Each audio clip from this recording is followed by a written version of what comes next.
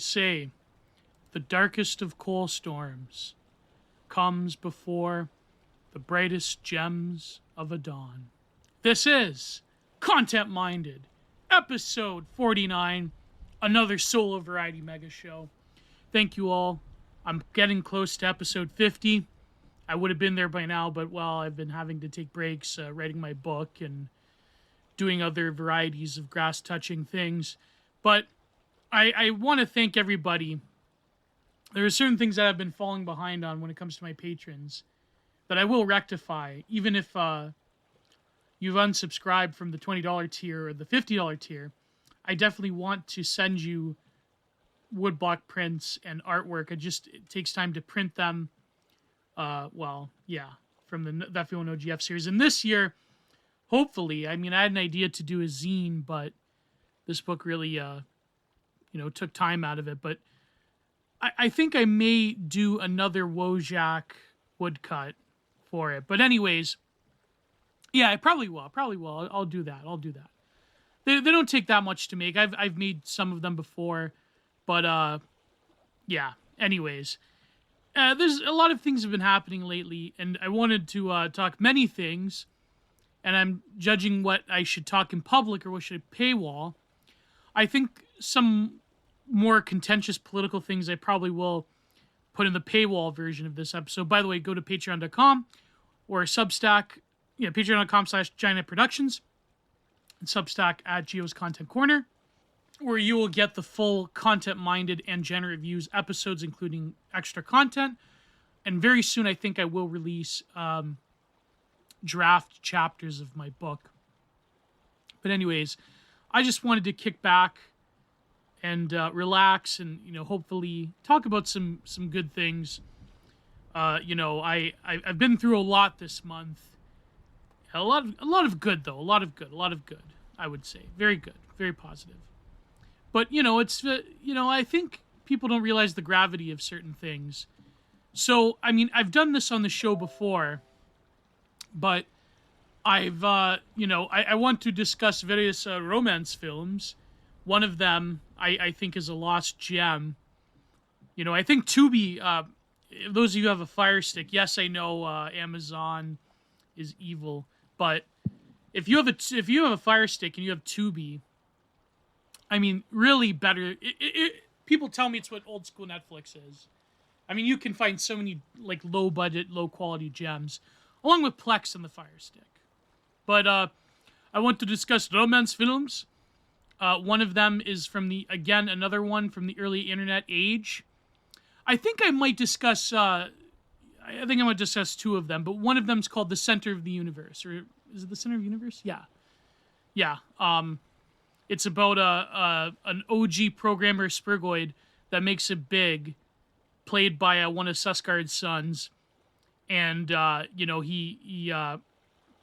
she's not exactly a lady of the night, but she's, an erotic dancer, let's put it that way. And he goes to Vegas, and they're in hotels, and it's very revealing, I feel, of the way in which a lot of, romance and a lot of the sort of crushing alienation and loneliness of the digital age. But I'll get to that.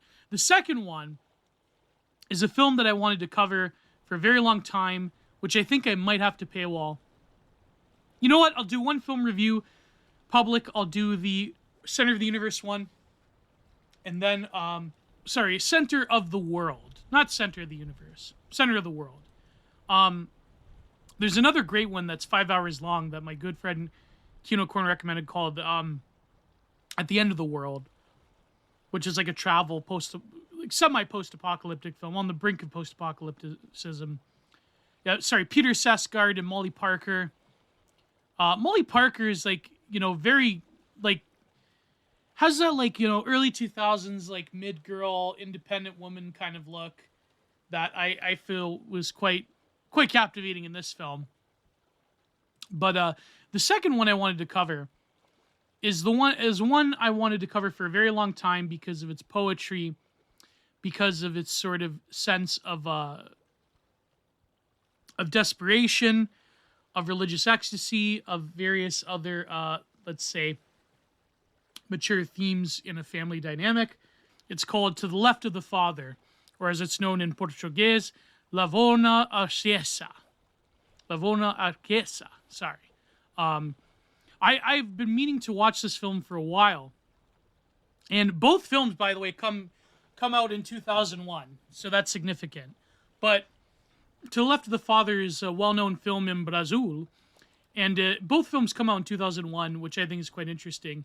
And it features Simone Spalladora. And it was directed by, well-known Brazilian director Luis Fernando Carvalho. And, and I think, for years I wanted to, try to find a translation to the point where I was probably going to risk, embarrassment by watching this type of film with my mother so she could translate, but, she hates, I don't know, I mean, she's pretty, when she's watching a film, it's funny because she hates subtitles, but to get I would have to we have to watch a little bit at a time because it's almost a 3-hour film, and she'd have to say word for word because people, as most, well, a lot of people know, my mother was born and raised in Brazil, and my family on my mother's side, they were the first wave of Italian expats to Brazil. And so her first native language, her first tongue was Portuguese, Brazilian Portuguese. She grew up in a suburb of Sao Paulo. And I still have a lot of family there. And so, yes, my father's family, especially his mother's side of the family, my father's family's been in Canada since, I believe, well into the 1900s. And my father's side has been in Canada since at least before World War One. So, I mean, I don't know. That doesn't make me, heritage stock Canadian, but, still, it makes me pretty Canadian. And, of course, my mother is a literal Ellis Islander. She literally saw the Statue of Liberty, and she passed through Ellis Island when she when she came to North America. Then, I believe my great uncle was in Canada, and my great grandparents were in Canada, and that's why they came here. But it was very different back then. They literally had to live with my two aunts, my mother, and my grandparents had to live with my great grandparents for 6 months before they could afford a home. And of course, my grandfather, he had to sort of descale his job because he was a Finnish carpenter. He was a very good Finnish carpenter, but he was of that generation where he struggled with the language as opposed to my grandmother. And he took a union job. He did construction, but he could have done more. But this is the generation where you struggle with the language, and my mother went through the whole ordeal of typical immigrant story back in the day. There was no subsidized housing. There was no welfare for them. Okay, it wasn't like Trudeau bringing these people in nowadays. They had to really struggle. My mother had to basically teach my grandparents English, and she had to go to let's put it this way, a technical school, high school, because of the language barrier. But being that must have been mortifying, right? I sympathize with my mother being the weird immigrant girl, but that is what it is.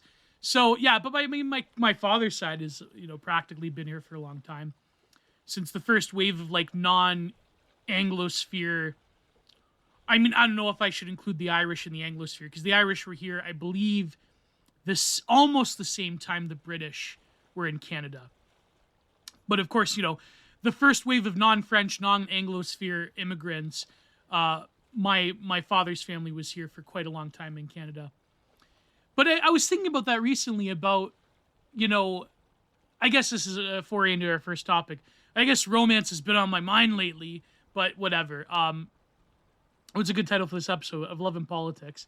But yeah, the whole thing about the coal coming before the gemmest of dawns, the brightest gems of dawn, as my good friend Eddie Bernays on Twitter corrected me because I said gemmest of bright dawns, but he's like, that doesn't make sense, Gio.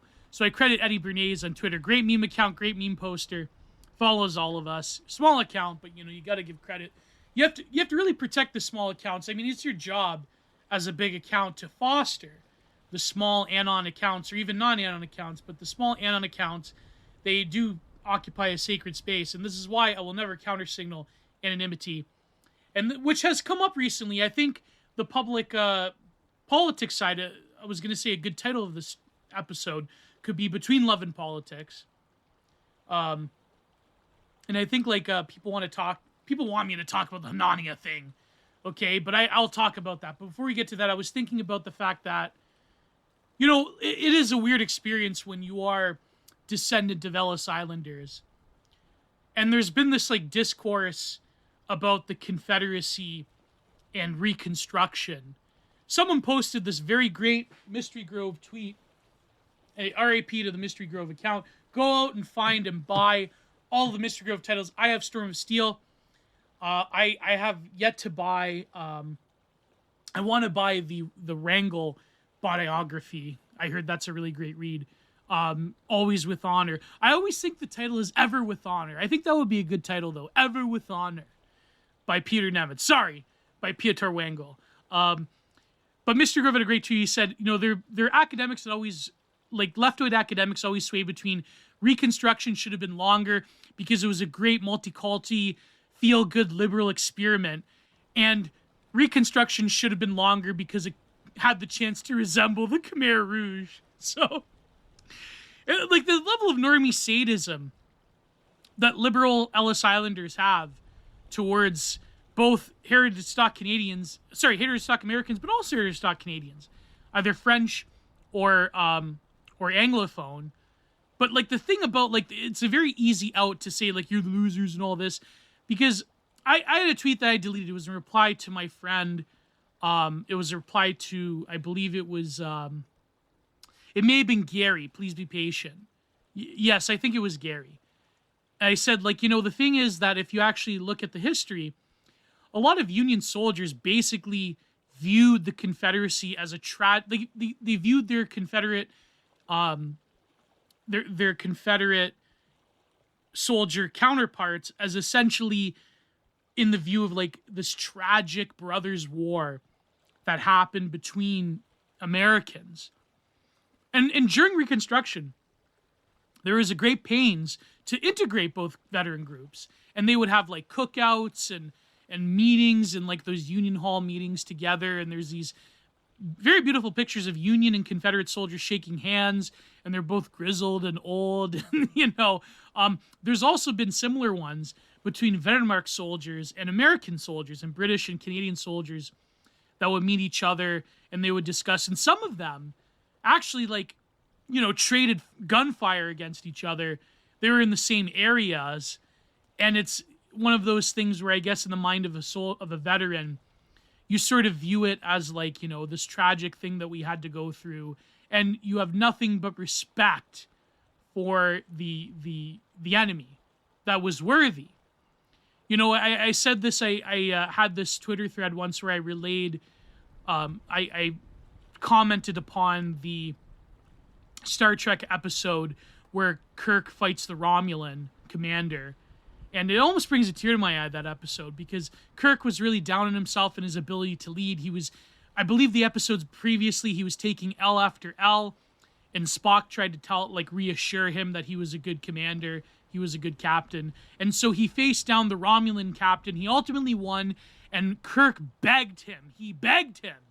He pleaded with him to say, no, please, come to my ship. I will teleport you all, and you don't have to do this. But then the Romulan commander looks into Kirk's eyes through the screen, the telescreen, and says, me and you were both creatures of duty, and maybe in another life we would have called each other friends. I'm getting goosebumps. And then he said one final duty, and he blows up the ship in defeat.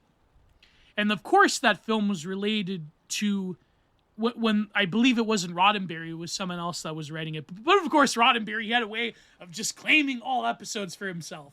Funny how that works, right? I believe it was someone else who wrote the script. They compared it to, or rather, the source material was the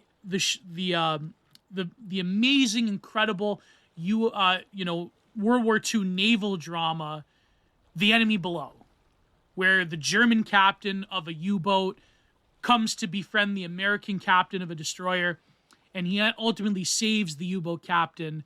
And they sort of have a chuckle on the whole in the end. They're like, he's like, would you have saved me? He goes, probably not, even though he would have, you know. The point being is that these films can never be made nowadays. That could never exist.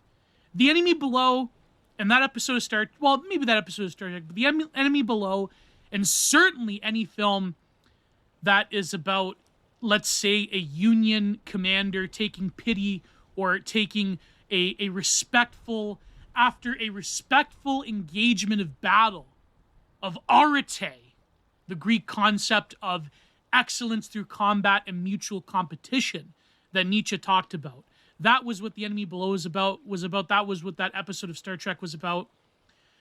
You know, you could never have this film because the enemy must be demonized. And a lot of these like Ellis Islander liberals or descendant from Ellis Islanders, they have this like weird normie sadism where they have to justify their own Americanness by hating the South and by having this total like literal Hutu or Khmer Rouge level of G-word idol hatred of Southerners. And it's like this weird LARP that they have, especially academics. And people like Ken Burns, these like pop historians of the Civil War and of America, they've done a massive disservice during the Trump years, where Ken Burns did this like terrible normie lib, like sadist retconning of all of his previous works that were actually quite good of the Civil War, where he's like, you know, he has to like bury interviews he did with like Confederate veterans. And it's just like this, you know, the Americans in general have this like weird sanitized version of like why the Civil War was fought, which I probably shouldn't get into. And, you know, listen, I don't have any dog in the fight as a Canadian and a descendant of Ellis Islanders, but I just have immense sympathy for both the you know, the heritage stock of Americans and the heritage stock of both Anglophone and Francophone Canadians, even though the Francophone ones, they can, you know, Quebecois, they can be quite intense and kind of annoying people. But, you know, I mean, a lot of them are actually quite brilliant. A lot of them have, you know, a genuine soul. And I deeply regret what happened with Catholicism in Quebec. And yeah, a lot of them can be pushy and annoying. But, you know, I mean, a lot of them have a genuine cultural expression. And a lot of them, like, just go and meet a Quebecois person. They're very unique people. Very interesting personalities, to say the least. I mean, yeah, a lot of them can be pushy and rude, and, you know, they'll thumb your nose down on you because you're from Ontario. But, but still, I mean, in other words, these people are worthy of respect, right? Now, listen, my uncle, actually, I mean, uncle by marriage, my Uncle Mark, his family has been in Canada literally since the Loyalist days. I believe his ancestors were the first wave of Loyalists even before 1812 to come to Canada. So he's as Canadian as you could get, right? He ends up marrying an Italian woman, my aunt. But you know, we talk about this, right? And we talk about his family, and of course, you know, his father, who unfortunately passed away when he was very young, was a World War II veteran who saw combat in Monte Cassino, where the Canadians were. You know, it's funny, they called the Canadians, they called them what do they call them? Pasta rats or something? The Canadians and the British were in Italy way before the Americans came into World War II. And so a lot of the Canadian troops, they were, along with the British, were like grizzled veterans by the time the Americans came. And they, you know, helped clean up Italy from, you know, well. But, you know, it's funny because we were talking about this, and he absolutely detests, like, all of this politically correct nonsense. And, like, he's like, yeah, you know, like, I'm Canadian. What did I got to do? I'm going to be ashamed of the fact that, like, my family's been here forever. You know, like, I gotta bend the knee, I gotta grovel. Like, come on, you know? So I have an immense respect for heritage Canadians, as I always say. And it's really interesting how during Reconstruction, there was this emphasis of not demonizing Southern veterans and not demonizing Southern people. And it's like, you know, nowadays all that's washed away with sort of presentist politics and really an incredibly unhealthy attitude that people have towards these things. And I can't understand it. I can't understand it because in Canada recently, let me tie this to a a recent thing that's happened in the Canadian National Gallery. Now, this is a topic that's close to my heart, very close to my heart as an artist, as someone who is trying to maybe a little bit to go back to the landscape. But, as a Canadian artist, we live in the shadow of the group of seven, okay? So, yeah, we live in the shadow of the group of seven, and the group of seven is very, very, very close to my heart. And recently, there was, like, one of these, like, woke artists, whatever, like, these contemporary artists that had this, like, mural and this video package, and, like, her mural is all about trying to, or is it him or her? I think it's a her. This article in the National Post. Try to, like, challenge racism and white supremacy, blah, blah, blah. And in the video, they show a clip of a Lauren Harris painting. Now, the National Gallery so far has said, oh, no, we're not trying to equate the group of seven with white supremacy. We're not trying to do that. But we know what's coming. We know what's coming. Now, Lauren Harris painted the spiritualized landscape of the Canadian wilderness and verged into modernist, certainly modernist symbolism and ways of painting, and there's even, like, shades of geometric abstraction. And, of course, my favorite is Tom Thompson and Awa Jackson. And, I also have a story I think I've told you people before, but I'll tell it again if I haven't. Or maybe I told this during the Follow the Rules days. But before I get to that, so it's typical, like, nonsense of, like, trying to cancel a group of seven. But you see how insidious this is. That any expression that was unique to the European soul, like, that can't be expressed anymore. Like, what are you saying? That, like, you're saying people of color can't, that's a politically correct term now. They can't make landscape paintings? I mean, there's a whole tradition of African landscape painters. In Australia, they have Aboriginal landscape painters. I know this for a fact. Australia actually has an amazing impressionist landscape scene and plein air scene. It comes up with Emily Carr. Like, I think I talked about this before on a solo episode. I talked about the documentary where they did about one of the greatest Indigenous artists in Canada that verged into artistic modernism in the 70s. What's his name? He was subject to love of forgery, too, as well. That was the whole hook of the documentary. Norval Morisseau, and I believe the documentary is free on YouTube or on the CBC website. But Morisseau, unfortunately, like, even his own family members would, like, forge his work, or I believe his nephew did, and, like, would get him to sign the name, and it was all, like, a scam, and I believe some element of organized crime in Canada was involved. But yeah, I talked about how, like, the paradox of Emily Carr, I believe, when I talked about Morisseau. So Emily Carr, and by the way, I absolutely adore and love Emily Carr. She's one of my favorite artists. Emily Carr is either a trailblazer of feminist art, like, and she lived quite an extraordinary life in the rural parts of Vancouver. Now, she isn't, like, technically group of seven, but she's equated with them because she was around the same time and the same style and so forth. So she's either, like, for depicting Indigenous art and masks and totems, that she's either a terrible colonialist and cultural appropriation, or she's a trailblazer of feminist art. I mean, can you have both? Maybe. But it's like, I get so upset about this because it's literally trying to rob Canada of any, like, little sinew they have of Canadians have of being, like, a unique people with a unique culture.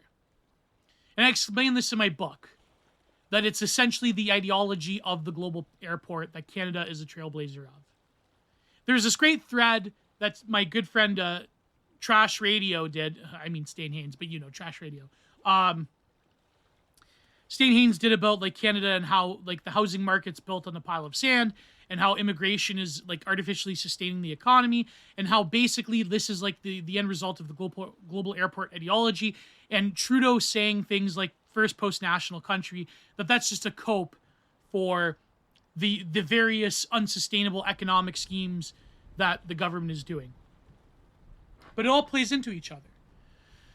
All of these things play into each other. And it's very tragic, and it's very sad. And Americans as well. I mean, a lot of Americans have been psyoped into this like narrative of their own past. And Canadians, it's much easier because we're told that our uniqueness is basically that we have no uniqueness, that we're an open template, that we're sort of like the smorgasbord of the world, and that's it. So yeah, this is very tragic stuff, and they're going to cancel the Group of Seven. I mean, I know this is like ephemeral culture war politics, but still, I just had to say it. I had to comment on it. It's very tragic. It's very terrible. Because it ignores the deep spiritual elements of the Group of Seven and of Emily Carr. And it ignores what I think is the fertile ground from which you can explore a unique sense of like what Canadiana is, like I'm talking pre-Pierre Trudeau experiment of Canada, or to view Canada as basically the template of the global airport world ideology. And so I take great offense to it because it's very personal to me. There's a story that I think I've told before. So I guess let's get the air posting before we get to the politics. I guess it's part of the love equation between love and politics of this episode.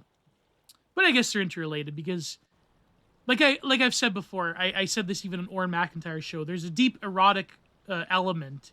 There's a deep libidinal element to all politics and all ideology, as we know.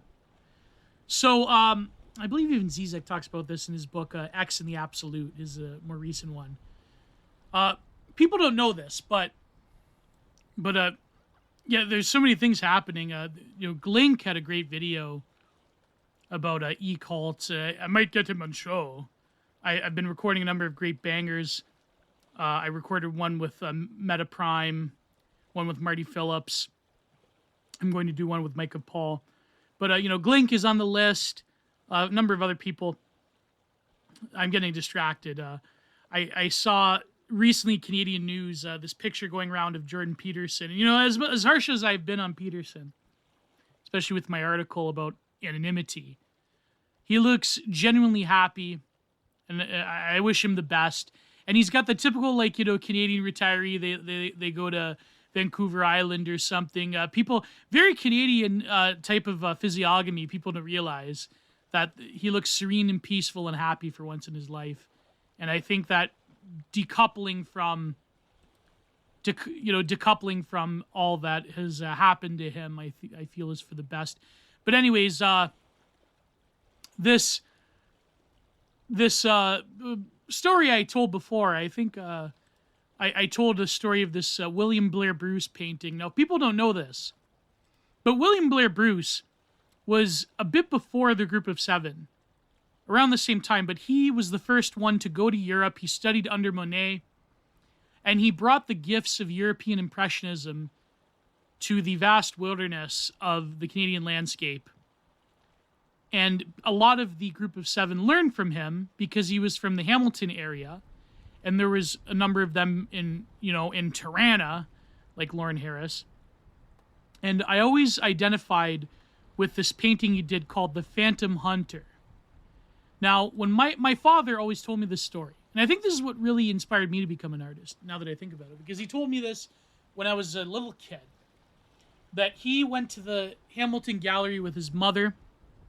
Now, his mother was very Canadianized because, of course, her family's been here for a long time. My grandmother, I never knew her. She died a few years before I was born. She was a head nurse. They call it a NUM in Australia and Britain, nursing unit manager. But she was a head nurse and she was educated, and she came to my town, as a family health nurse, because you have to realize back in the day, public health nurses were very important back in the day, especially for low income people. And when my father was a little kid, he went to the Hamilton Gallery, and he walked up the stairs, and they had the painting, The Phantom Hunter by William Blair Bruce. And he remembers the way that they had the light, and he looked at it for a long time, and he never forgot it. And then he said years later he went back, and of course it was in a different location and it wasn't the same. But he said that he felt like a hunter or a trapper in the Arctic wilderness in Canada was dying, and his soul was carrying on the journey. Even that's one interpretation. That's an interpretation I always found poetic in a way. But really, the painting that William Blair Bruce, it was inspired by a poem about this old indigenous legend of a hunter that had died in the Arctic. And if you camped out in the wilderness, in the vast Arctic barrens of northern Canada, maybe one day you would be visited by this hunter. And so it depicts a trapper or hunter being startled by the phantom, carrying on his journey. And I remember seeing pictures of this when I was younger. And I think in some ways it inspired me to sort of look at the landscape in the wilderness of Canada that still exists and that needs to be preserved. And the sort of like massification of current Canada is chewing up the landscape. I mean, here in Ontario, some of the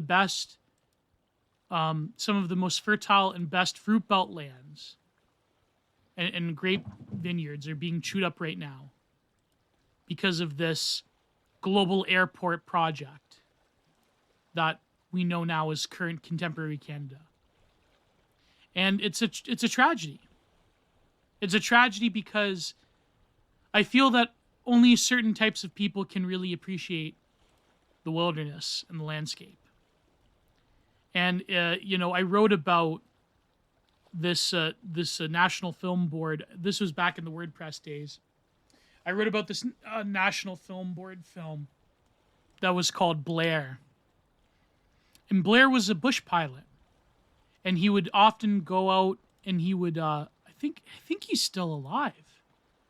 He would go out with his biplane, and sometimes he would, it was one of those water raft biplanes, but sometimes he would land in a farmer's field, and one of the shots was he was like sleeping underneath his plane, and then the farmer's boy, the little farmer's kid, would go and wake him up and would give him coffee, and then he would be on his way, and he would work in Toronto and Tirana. He worked some corporate job. And he found an immense escape in the Canadian wilderness. Because Canada, unlike America, like a little bit in America, but unlike America, is very regionally centered in terms of its population.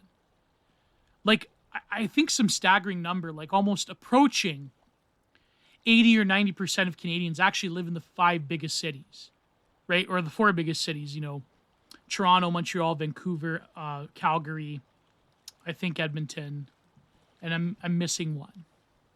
But I know, like, especially Tirana and Montreal. And so Canada still has a lot of vast untouched wilderness that has been explored by the various settlers who have come here, the various European peoples that, in the early days before all of the all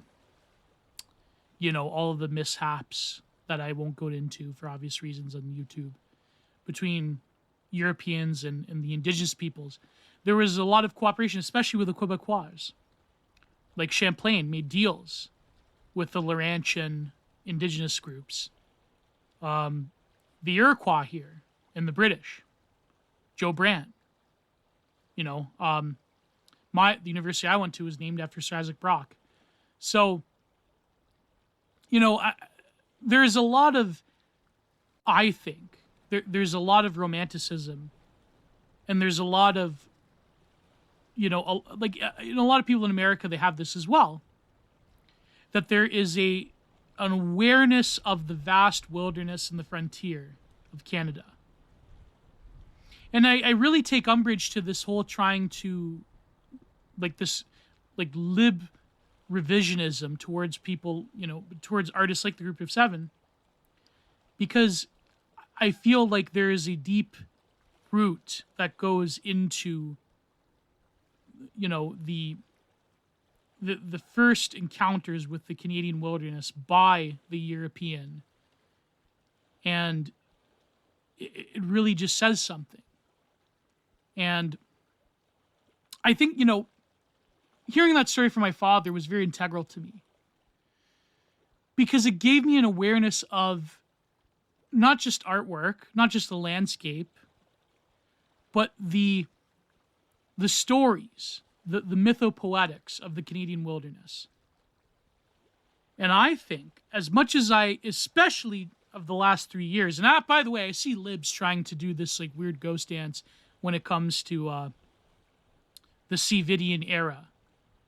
They're wearing the masks again, and it's another wave is coming. And especially after the last 3 years in Canada, I've been incredibly critical of what I call Canada as the model of global airport world. But I think that now I'm starting to think of things in my age. And I'm starting to think about my own artwork and what I can do. And I will release a video on this critique of the exhibition that this French writer, who I may have on the show, by the way, I'm very open to this. He's written about me before. It's funny because a very special, important person in my life right now, she actually took more offense than I did. It was very cute. But I look at like my artwork, and I realize that I've been trying to enunciate a lot of these concepts, but I've really sort of strayed from my capacity as a landscape painter, because I am indebted by artists like A.Y. Jackson, like Emily Carr, like Lauren Harris, like Tom Thompson, even contemporary landscape artists in Canada. There's a great plein air tradition that goes unnoticed. And so I think that there must be a way, because things are incredibly dark and incredibly grim. There must be a way to see past the sort of blackpilling nature of the contemporary political and cultural situation in Canada. And there must be a way of a positive sense of what it means to be a Canadian. And I think that, there's something Matthew, my good friend Matthew Stout, told me this years ago. And it's something that when someone is significant in your life and they tell you something, it really does drive home. It really does make you think of your purpose in this world. Because the reality is that I am Canadian, whether I want to admit it or not. Like, what am I going to do? Am I going to, go down some, weirdo, which I have for a while, I'm not going to lie. There's some, weirdo intellectualized version of, 2010s right-wing discourse where it's you LARP as a European. Now, I think that Europe should be connected to North America in a better way. And maybe I will address this in the paywalled version of the politics of it. But, especially people wanted me to cover the Hawes versus Patrick Casey debate. But, the reality is that I'm Canadian, whether I want to admit it or not. This place that I live in, this region that I live in, the Niagara region, it's the only place that I know. Now, I have a great affinity and I have a great love of America and American people and American culture. But I realize that, even though Canadians, I've said this before, we basically are kind of like Americans now. I forget who said this to me in reply. I think it may have been, who was it? It may have been Stan Haynes, or it may have been someone else. Please forgive me if I forget, but someone said to me in the replies that Canadians are loyalists to the core, whether it was being loyalist to the British Empire or loyalist to the American Empire.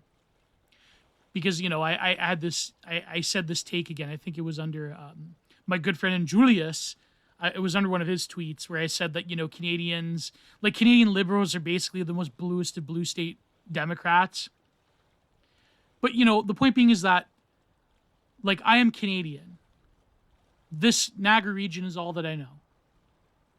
This country is my country. Now, people would say that it's not really your country because you're a descendant of Ellis Islanders, and that's fine. But I feel that even as like a son of an Ellis Islander, like I have a connection to Italy, I have a connection to Brazil. I consider myself, I'm fully Italian, which is another big part. I'm fully genetically Italian, whether you want to say that, it's Italian exists because there's so many substrates, right? I mean, even me, I know that on my mother's side, I'm pretty close to the Greek, the Calabrian Greek side of Italy. On my father's side, being Central Italian, being from Marche, like I think I'm pretty genetically close to the original Romans. But the point being is that in terms of my lived experience, in terms of the virtue of my birth, I am Canadian, right? Now, yes, my father's family's been here for a long time, but I am a son of an Ellis Islander, yes, of course. I probably don't have the same rooted connections that someone who is of the founding stock of both the French and the, Francophone and Anglophone Canadian. But nevertheless, in terms of the structure of what Canada is, I'm bracketing the Indigenous experience. It's European, of course, right? So I don't know. I think like I don't get hung up on the sort of like, like identitarian type of stuff, but I do think that it's important because I think this like multicultural, like post-Pierre Trudeau version of Canada is an affront in a lot of ways. To say that like, well, there's two founding versions of Canada, Anglophone and Francophone. Therefore, Canada doesn't mean anything. Anyone could be Canadian.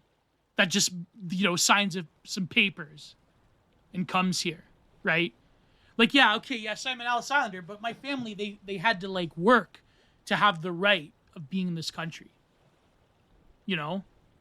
So I have a different experience, of course. I don't have even the same experience of what that term Canadian means, like my uncle does, my Uncle Mark. But, or a lot of my friends, like Settlers Lament, like other Canadians of this sphere, of this thing of ours. I don't have that same thing, but at the same time, I feel an immense obligation to defend a picture of Canada that isn't the global airport. And the only conclusion, so Matthew the Stout, he said this to me years ago. He said, Gio, he goes, you're a Canadian. You don't want to admit, but you're Canadian. And you should try to create a positive image of what a potential awareness of what being Canadian could be. He said this to me. He's like, I'm British. I know what I am. Right? That's what he said. I have this huge artistic tradition behind me. But he goes, you have this tradition as well. And so maybe you should focus on the positive elements of what a potential could be of a Canadian identity that is unique from America and even unique from the British. Even though both civilizations, both empires, have a lasting influence and imprint upon what being Canadian is. And you can't ignore those black pills. But you should try to create something else. You should try to create, and I truly believe that the work of art can do this. You should try to create what a vision of what Canadian is. Warts and all. And of course, part of that is also wrestling with the Indigenous question of what that means. Because you can't be open and honest about anything now. Especially in the way it is now. They're literally trying to criminalize the mass graves thing. Trudeau is trying to sort of silence any dissent on the equivalent of another event of the 20th century. If you know what I mean. That you're denialist or whatever. So, a lot of the sort of more nuanced history of what happened, I'm not saying that there wasn't abuses of an incredibly evil manner towards the Indigenous people, of course. I'm not saying even that the residential schools, the way that they were set up to sort of like break those family relations between Indigenous children and their parents. I mean, of course, even if it started off as the equivalent of that era's like liberal humanism, because that's what it was. They thought that they were bringing these people into a civilized world, and that was sort of like the liberalism of that day, right? But we view it as like this evil reactionary conservatism, blah, blah, blah. But no, that wasn't the case, right? I mean, yes, it could have been done better. A lot of these reservations to this day, existed in squalor. There could have been a different way than to try and erase their own culture and their language. So I'm not saying that evil was not committed, of course. And I know some right-wingers are going to take offense to this, right? It's objective. But I do feel that this like purposeful distortion, and yes, I don't agree with him ideologically, but there are journalists like Terry Glavin who like really stuck their neck out to say that no, this is bad history. You can't bring awareness to injustices that were perpetuated on the Indigenous people by creating some like cartoonishly evil mid-20th century retconning of it. Because we all know when you use that word mass grave, we all know what we look at, what the average normie thinks of, right?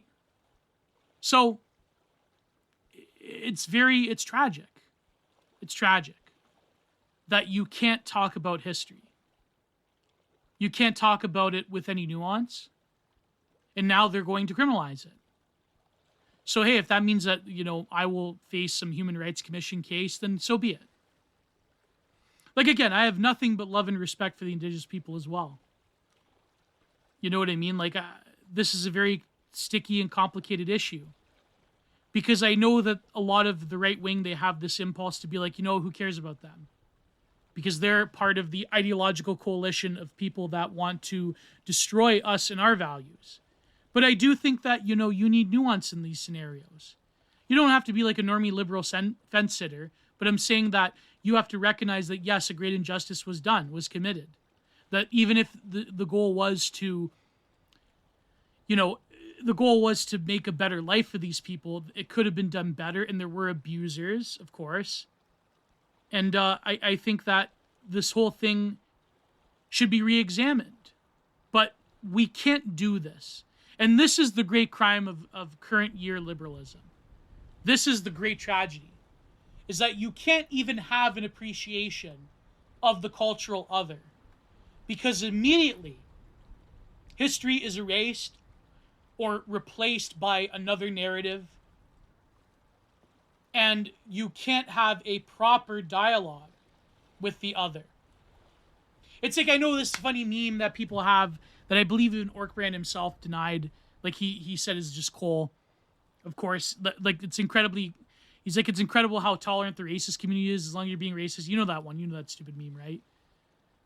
But it's kind of like, it's like something that Mark Steyn, and yes, I know Mark Steyn's a neocon, and his thesis on the Islamization of Europe was inaccurate because he didn't see a sort of greater blackpilling situation, which is that not only will you get the migrant crisis, not only will you get the demographic shifting of Europe, but you'll also get like the liberalization of Muslims in Europe, and you get this like weird, like European academics teaching them how to hate these people, these host peoples.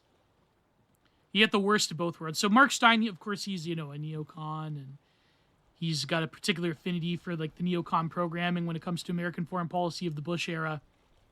But he was right. He said that one thing he said was right, I should say. Let me qualify. One thing he said that was correct, where he said that the British, for all of the bad things that they've done, you have to realize that like the only way you could truly, like they did great, there were great pains to analyze the various peoples that they conquered, rightfully or wrongfully. And he said that the only way you could truly examine a foreign people and a foreign culture from your own is if that you have a sense of cultural, maybe not cultural superiority, but you have a sense of like what your own history and what your own awareness of you as a people, what you are. You can't really appreciate the other without difference. You can't really appreciate the other without an awareness of where you stand and what your history is and what your people are.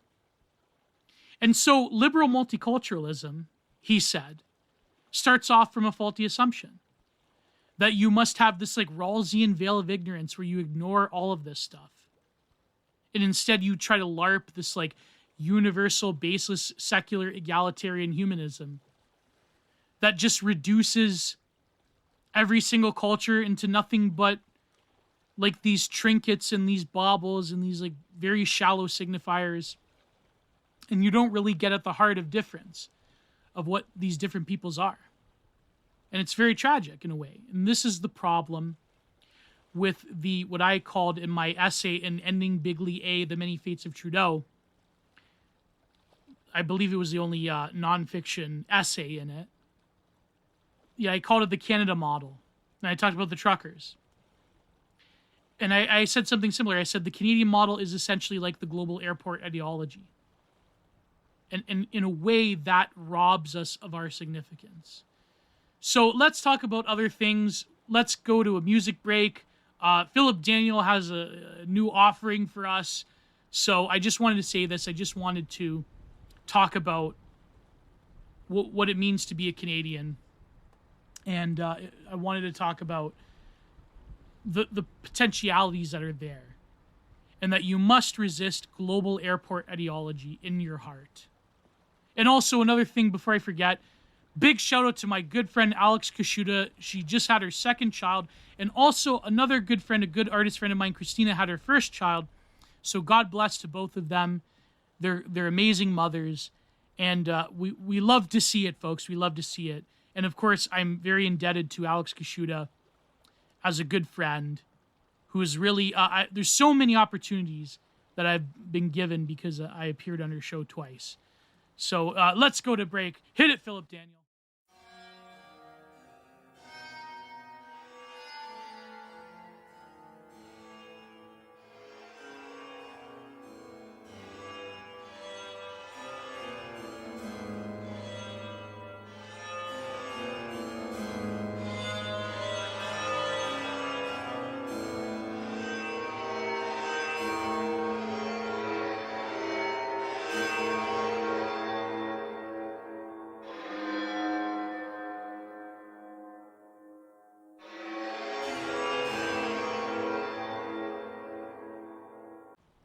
And we're back. There are many things to cover.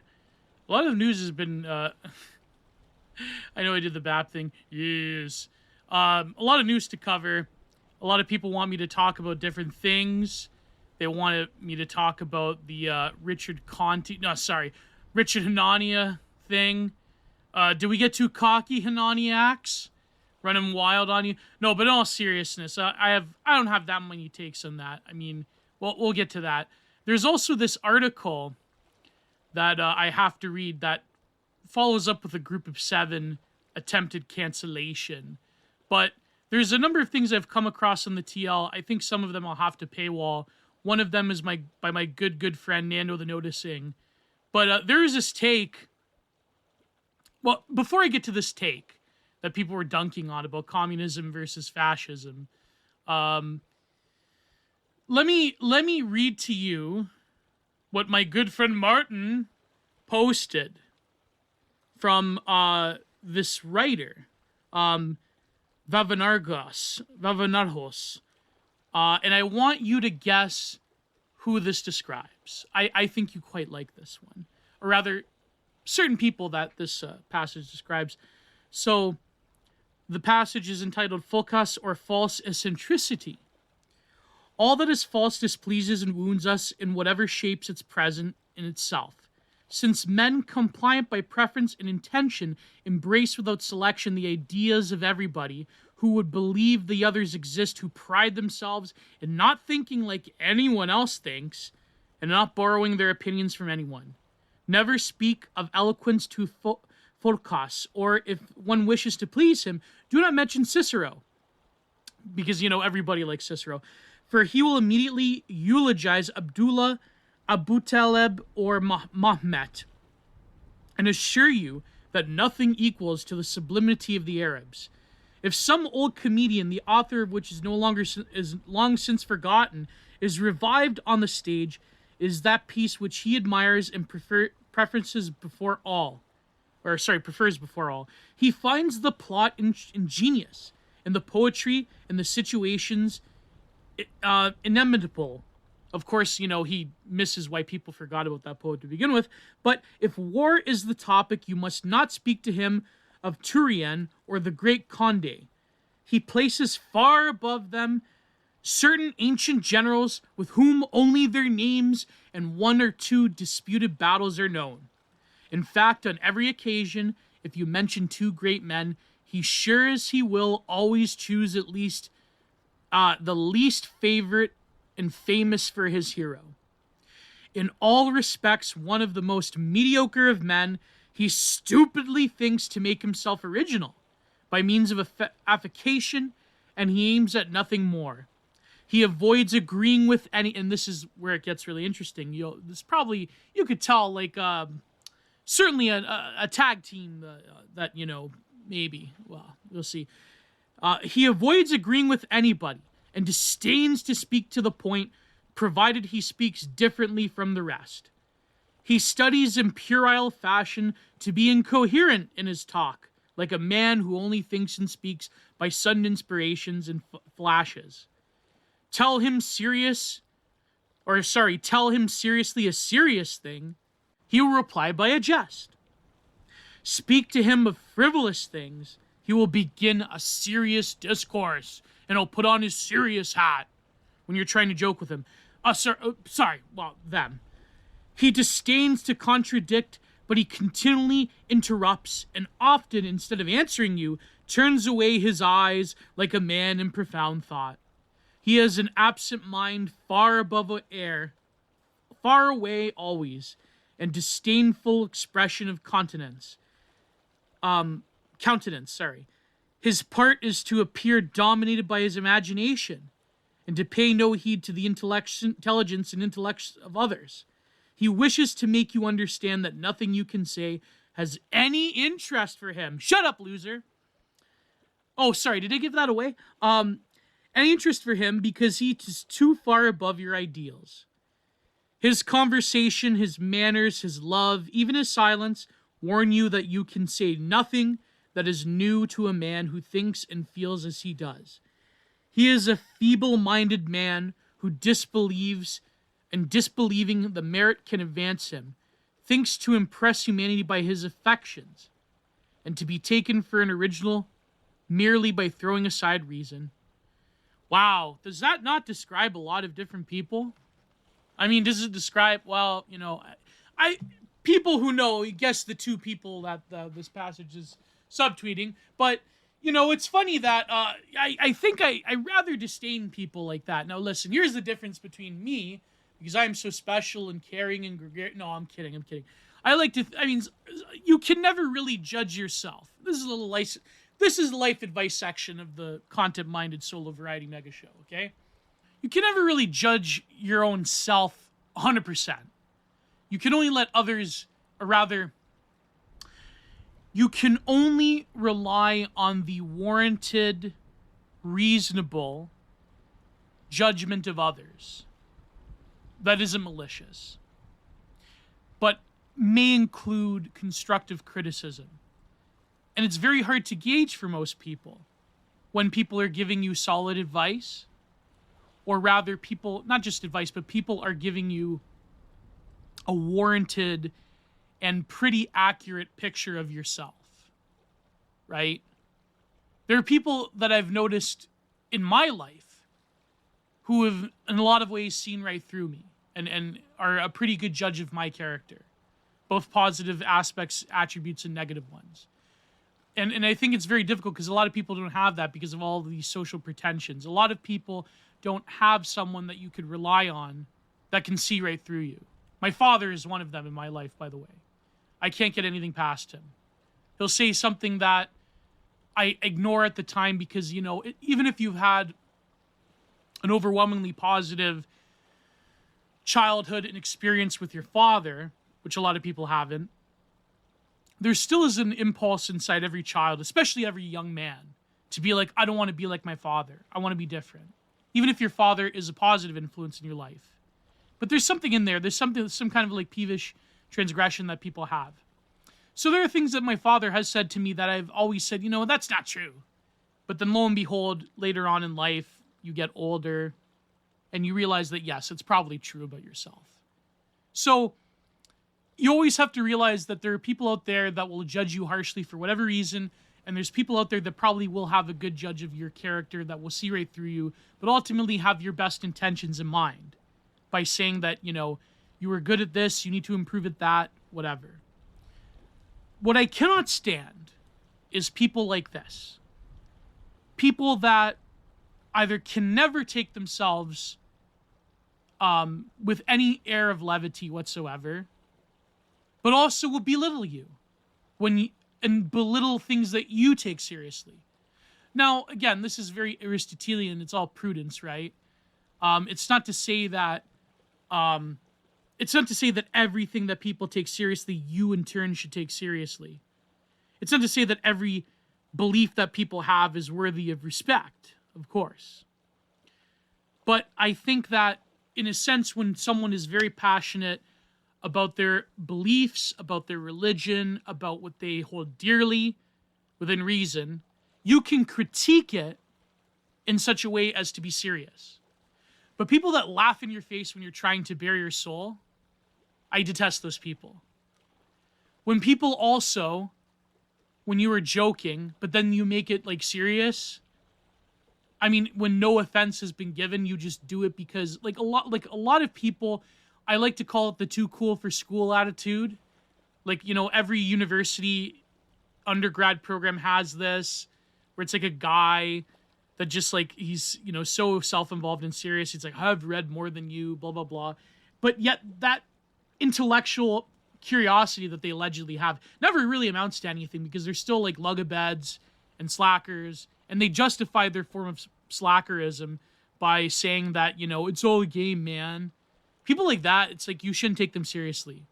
Because more of a healthy attitude would be that I realize that these institutions are decayed and in a way a joke, but there still is serious things in life, and there still is things you can get out of them.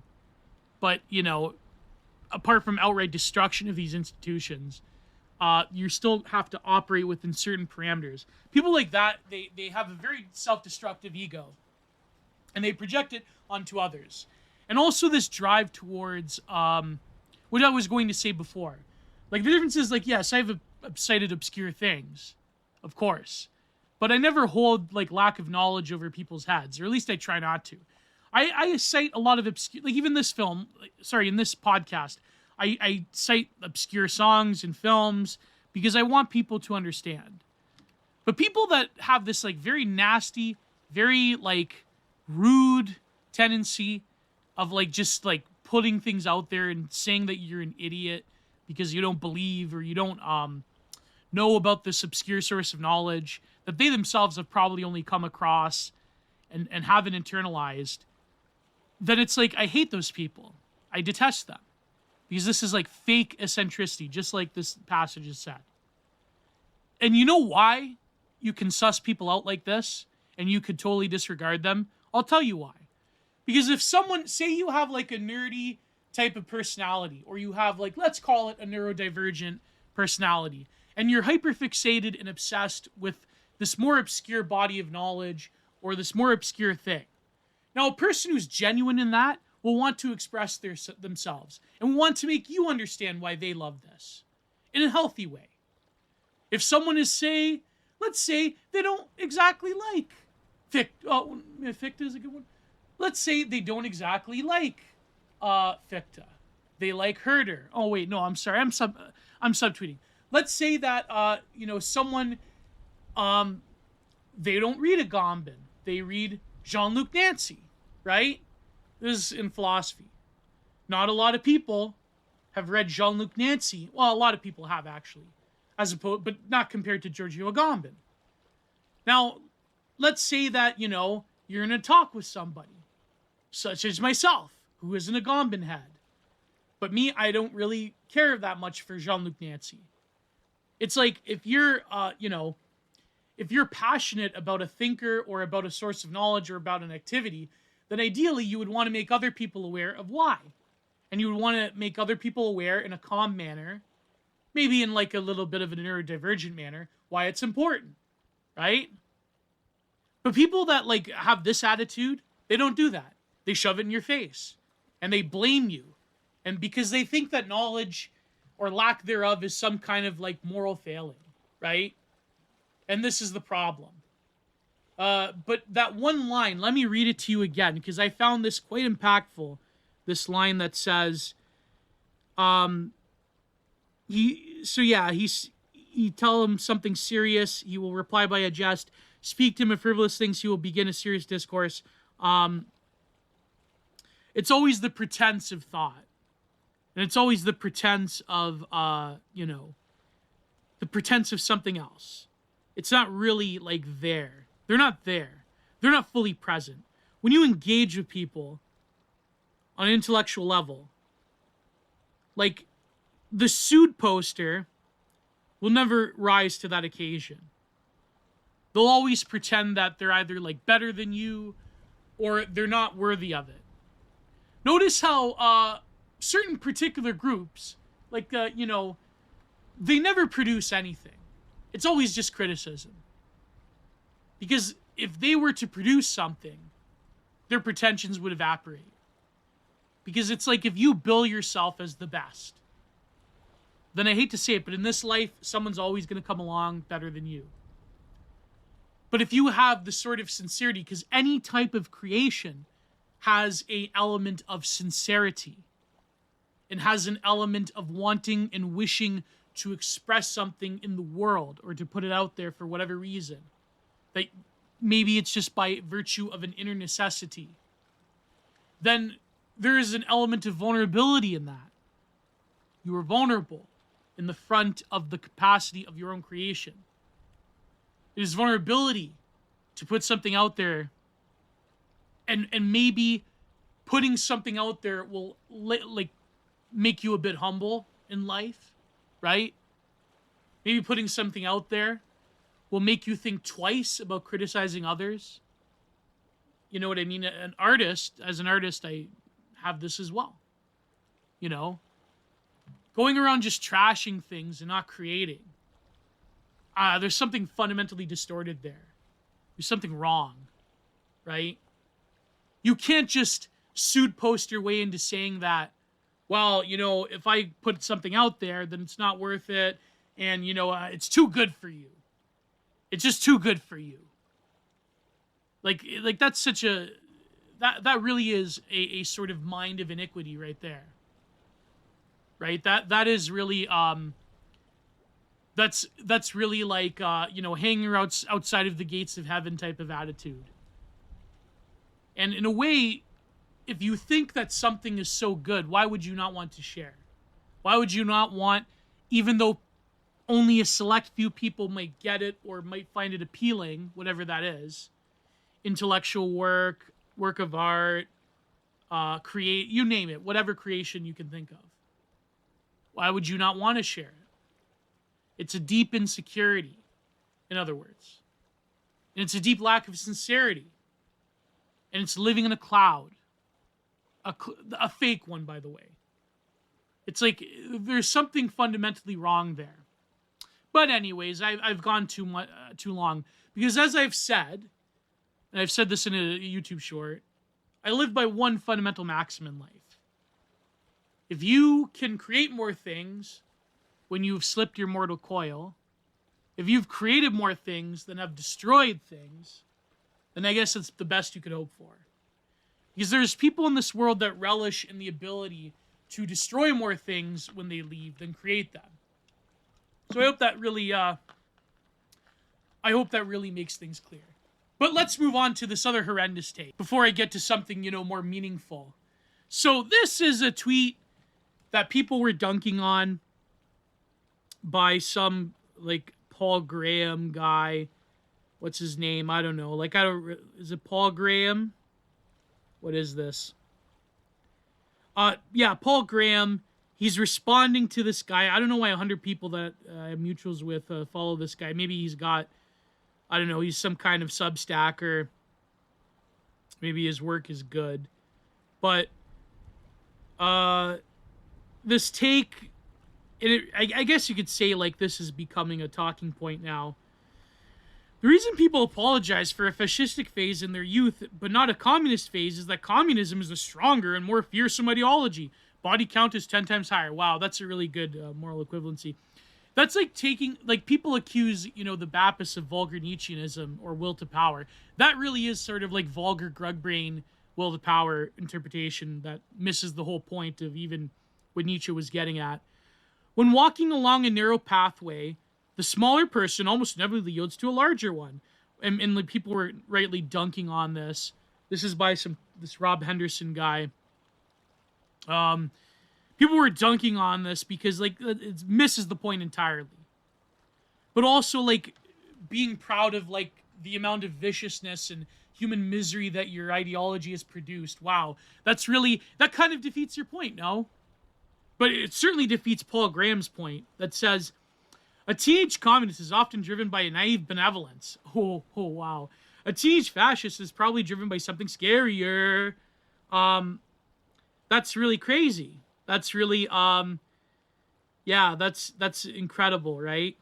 It violates that point because he's replying to someone that says the amount of sadism and viciousness and human misery that communism has caused is a source of its strength and celebration.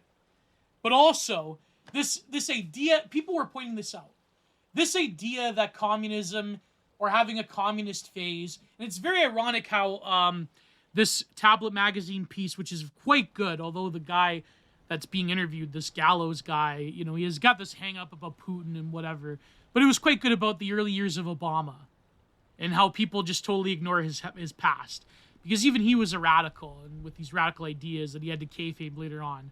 The point being is that people were saying that this view, this culturally instantiated view that is propagated by Hollywood and the media and academia, that, churlish youth, communist bright-eyed ideals and these young kids, they just want to help and save the world. And they're passive, wholesome chungus, and they love people, and that's why they become communists. And communism was a failed ideology because they just cared too much about the world, and their ideas translated into the redacting fields and into, the gulags and into famine and untold human misery because, of this furthering of the Enlightenment ideal that went too far and that couldn't sustain itself. And they, oh gosh golly, they just had the best intentions in the world. Like, that is such a ridiculous Hollywoodist narrative view of things, right? That was like literally a media image by communists. And by the way, Joseph McCarthy probably didn't go too far enough. You know why Joseph McCarthy didn't go too far enough? Because they stopped him. They stopped him because he was getting at people that were, just like, low IQ actors. He was actually, maybe challenging certain people at the top. But anyways, that's another, for all you can say, for all the criticisms I have of Moldbug, he was pretty much right about the what did he call it? The brown scare. Anyways, the point being is that is such a ridiculous view of history. And it's such a simplification. It's an outright lie when it comes to the actual motivations of your average communist and your average leftoid nowadays that are driven by pure resentment and hatred and a revenge fantasy, right? I mean, the motivations of the average leftist is not this. I mean, the average ideologue. It's not like this they don't care about like, oh, I'm going to save the world. They want to punch the chuds. And we all know the thing, even motivational forces I probably can't say on YouTube that are behind this. But the point being is that, I really love how, at least people were dunking on these takes. But it is like this vulgar will to power of like saying that, fascism lost because blah, blah, blah. The real reason why people apologize for, and what they mean by a fascist past, they mean like even people nowadays who have just moderately consumed frog level content. Not even like genuine whatever, right? The reason people are apologetic and people regret it is because you're neglecting the actual systems of like knowledge and the actual systems of generated consensus reality for most people. Not out, these institutions have a particular form of power knowledge that deem right-wing ideas as verboten and deem them as a moral defect, right? This is why. It's all power knowledge. And you can't really expect these people that create these takes to know that. Or maybe they do know that, but they have to cynically ignore that. Which in that case is worse, actually. Because now they're lying to you. So, I don't know, I'm glad that people were dunking on this take. Because it's besides the point. Are people on the far right motivated by petty resentment and a will to, like, express their impotent level of, like, not being heard or not having any authority? Yes, of course. Yeah, of course. But what is worse? What is worse? Revenge fantasy when you come from an ascendant position of power and your ideas are at least partially normalized or treated with kid gloves in the very least? Or a position of total powerlessness and being motivated by that? A lot of people that are on the far right or even on the moderate right, a lot of their motivations come in a world that has been taken from them, in a world that they perceive as fundamentally distorted, in a world that, really butchers a lot of foundational values that have been proven over the aeons to be equated with human flourishing, right? And this goes back to a take that people like Covfefe Annan and even Orrin McIntyre and others have said repeatedly, that the current leftists can never have a life world. They can never imagine a life world for their ideological counterparts.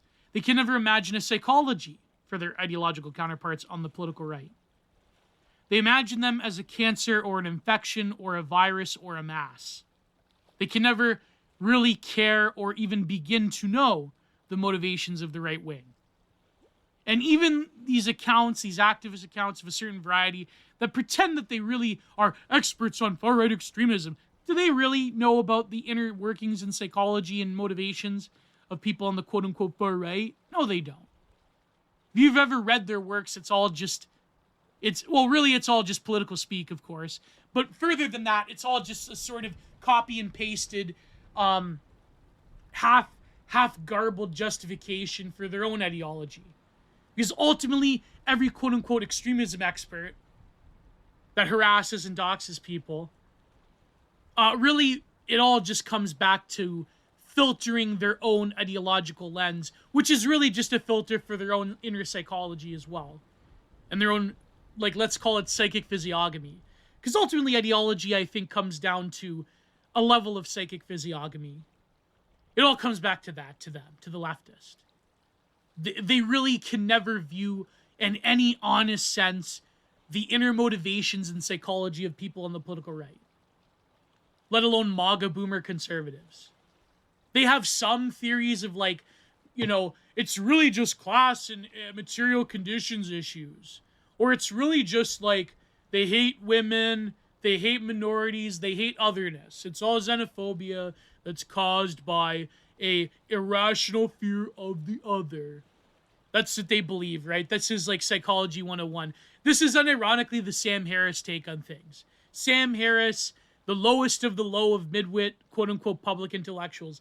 And let's call them thinkfluencers. Because as even Foucault saw this back in the 70s, there really is no public intellectual anymore.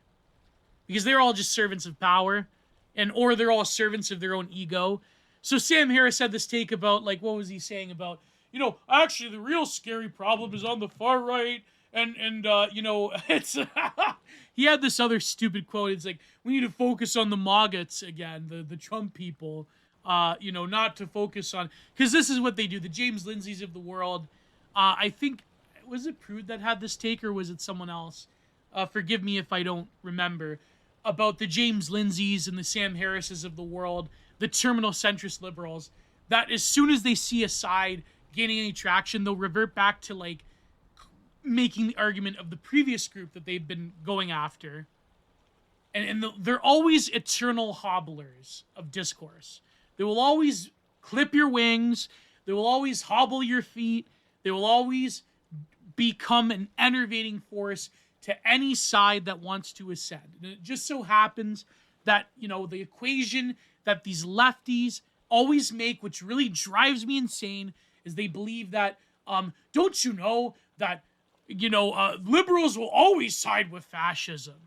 They'll always side with the political right. Like, if you have been alive for any amount of time in the 20th and 21st century, if you know anything about history, then you would know that that's false. That actually liberals will always side against the political right. Especially in the last, I would say, 20 to 15 years. And centrist liberals like James Lindsay, they will always stab the right wing in the back. And anyone that thought that Sam Harris was trying to he's Sam Harris, like the intellectual dork web, they call out the woke. Yeah, they call out the woke, right? Really good. I'm sure they do. It's all just ephemera. And then listen, I'm sorry for political coal posting, but let's get to some other coal. Because really these things make me angry, and I know they're not as intellectually stimulating as they may be. But let's get to some other coal. Let me finish off the group of 7 hit pieces. This is an article that I was made aware of by my good friend Bart the Red, and that Skeptical Waves, shout out to Skeptical Waves, go to his YouTube channel. He has a number of very good article readings and source material readings. Skeptical Waves actually provided this. I believe this is from 2021 or 22. 2022, so last year. Okay. So this is in the CBC. Of course it is. I mean, come on. Let's liberate I can't do it. This is incredible. Let's liberate the Canadian landscape from the group of 7 and their nationalist myth-making. Based alert. I wish, right? I wish that, more people actually viewed the group of 7 as nationalist myth-making instead of ordinary landscape work that people find as a pleasantry. This is from Matteo Similorano. Apparently he's, what is he? He says he's Cree/settler writer in Jersey. Oh, so he's, I guess there's some European in there. Oh, I love how they put settler. That's very cute. By erasing indigenous perspectives, Tom Thompson and the group of 7 painted a new nation into being. Wow, that's like a bad thing, right? Well, of course, with the from the ethno-narcissist, it's a bad thing. So that's great. Content warning. It has a content warning for indigenous readers. Colonial violence is discussed in this essay. Taking me a long time to reconcile the group of 7 their place in Canada's mythology. What mythology? Do we even have one? Apparently we don't, right? Apparently we're the first post-national country. We don't have any foundational ideas. They're beautiful, varied in their landscapes. Blah, blah, blah. Yeah, so he's got to throw this out just for whatever. Group of 7's nationalist stories surrounding us like the prints of their work that hang in Canada's household, schools, galleries. We're told they're painting such a chapter in national story as fundamentally Canadian. Well, they are. But the history of indigenous people and their lands and the sacred sovereign relationship we have with this land. OCC, you can only have metaphysics. You can only have belief. You can only have religiosity in Canada if you are indigenous. That's it. Or maybe if you're some kind of other BIPOC, you know how this works, right? Only certain people can have any religious or mystical sentiment, and others can't. And it's delineated by political lines. So, despite what we're meant to see in the group of 7's paintings, do not represent localized landscapes infused with history from pre-contact to the colonial present. Indeed, they're reducible images of standardized Canada, where Jack Pine is standing for red leaf on a flag. Wow, that's incredibly... A colonial gaze, of course. Yes. But you know what I would say then to this? And this is where my respect for a lot of these Indigenous activists evaporates. I would say, yeah, you know what? Yes, it is the aspect of Faustian man to conquer the landscape through depiction and to tame the wilderness. I wonder, but of course this is alien, because of course the Indigenous people in Canada never conquered anything, right? They never built any. They were really just like Rousseau's noble savages, right? So you see the problem with this analysis. Okay, you see the problem with this. You either have to deny agency to Indigenous people and say that they basically were kind of like Rousseauian noble savages that lived so close to the land. They didn't build advanced, for relatively, advanced tribal formations that culminated into miniature villages, then cities. They didn't have animal husbandry or earlier forms of it. They didn't conquer their neighbors, like the Iroquois Confederacy here. They didn't, so either you have to deny all that, or you say that, yes, it's true, but, there's still, like, you get what I'm saying here? In an odd way, and I know this sounds like the DR3 argument, like the Dems, the libs are the real racists, but in a way it's true. It's factually a flaw within their argument. So you're saying that, you have to deny, you basically have to say that they were always going to be just like very primitive agrarian people that didn't, that they were going to get just washed over by the evil colonialist settlers. But no, I mean, when really the story of, Indigenous people and the British and the French are much more complicated and much more nuanced than this picture, right? So in a way, it's like to create this victim narrative, you have to like rob them of the actual history. You have to rob your own, in this guy's case, you have to like rob he has to rob his own people of any sort of nuance or any sort of, they have to basically revert to a Disneyland depiction of them. Now, so what's more insulting, right? Anyways, largely opinion of the Canadian wilderness, they were particularly influenced by the sketching trips they went on Algonquin Park, led by Thompson, who resided there. So let's skip ahead. When something is erased, a blank sketchbook is ready for its artist. Nationalism needs the artist brushman to conquer the imaginary landscape, as it needs the pioneer to do so with the real landscape. Yes, thank you, yes, it's true, right? But of course, that's the thing. You can't say that. You can't say that there's any sort of nationalist myth-making in Canada, because that's verboten. Right? Oh, but of course, nationalism to Indigenous people. That's correct though. That's the real nationalism. See how this works? I know I'm going back to like an older, like right wing, 2010s pre-Trump argument of like nationalism for everyone. Everyone gets their own shire nationalism. I'm not saying that. I'm saying that when you play this game, then it just leads to a pile of incoherency.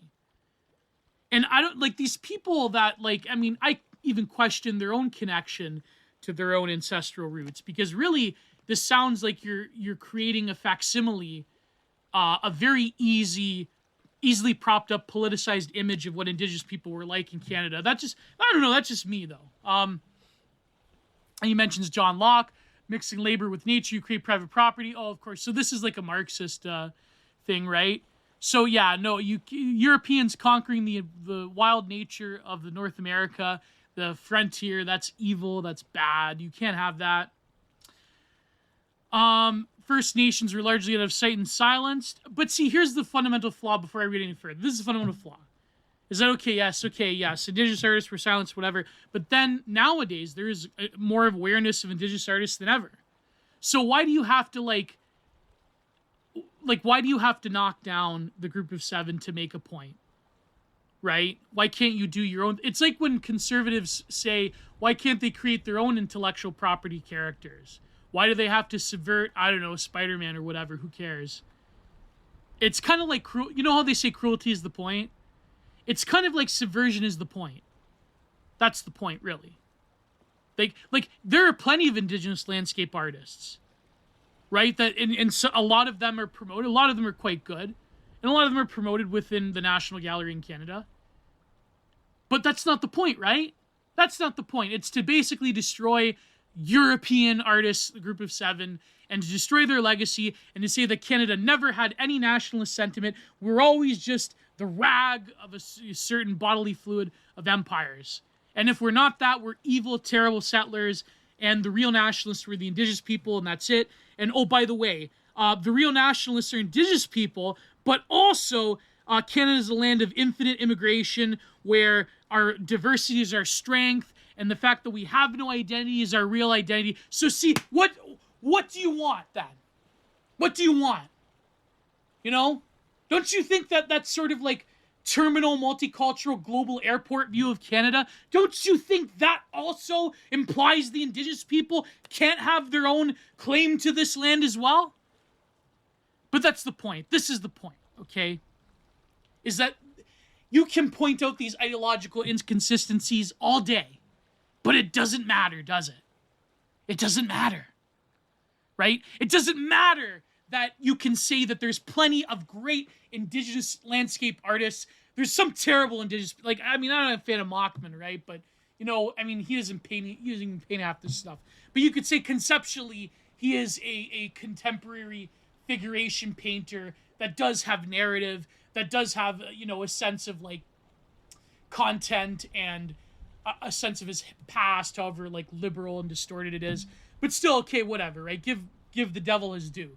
I think, well, actually, I shouldn't bash Mockman too hard. He did do that painting of Trudeau that I can't describe on YouTube. It's absolutely hilarious. But, I mean, Justin Trudeau. But the point being is that, like, it's not the point that you point out that they have Indigenous artists and you could celebrate them and now they can be brought within the canon of this very complex tapestry of Canada's history and national sentiments. No, it can't be that. You have to destroy in order to place in some cases a lesser than product to be elevated, right? Now, that does a disservice to Indigenous people. That does a disservice, of course, to the Anglophone and Francophone descendant Canadians. Because if you have this global airport view of Canada, then, well, I guess that means that Indigenous nationalism has to go as well. Oh, I'm sorry.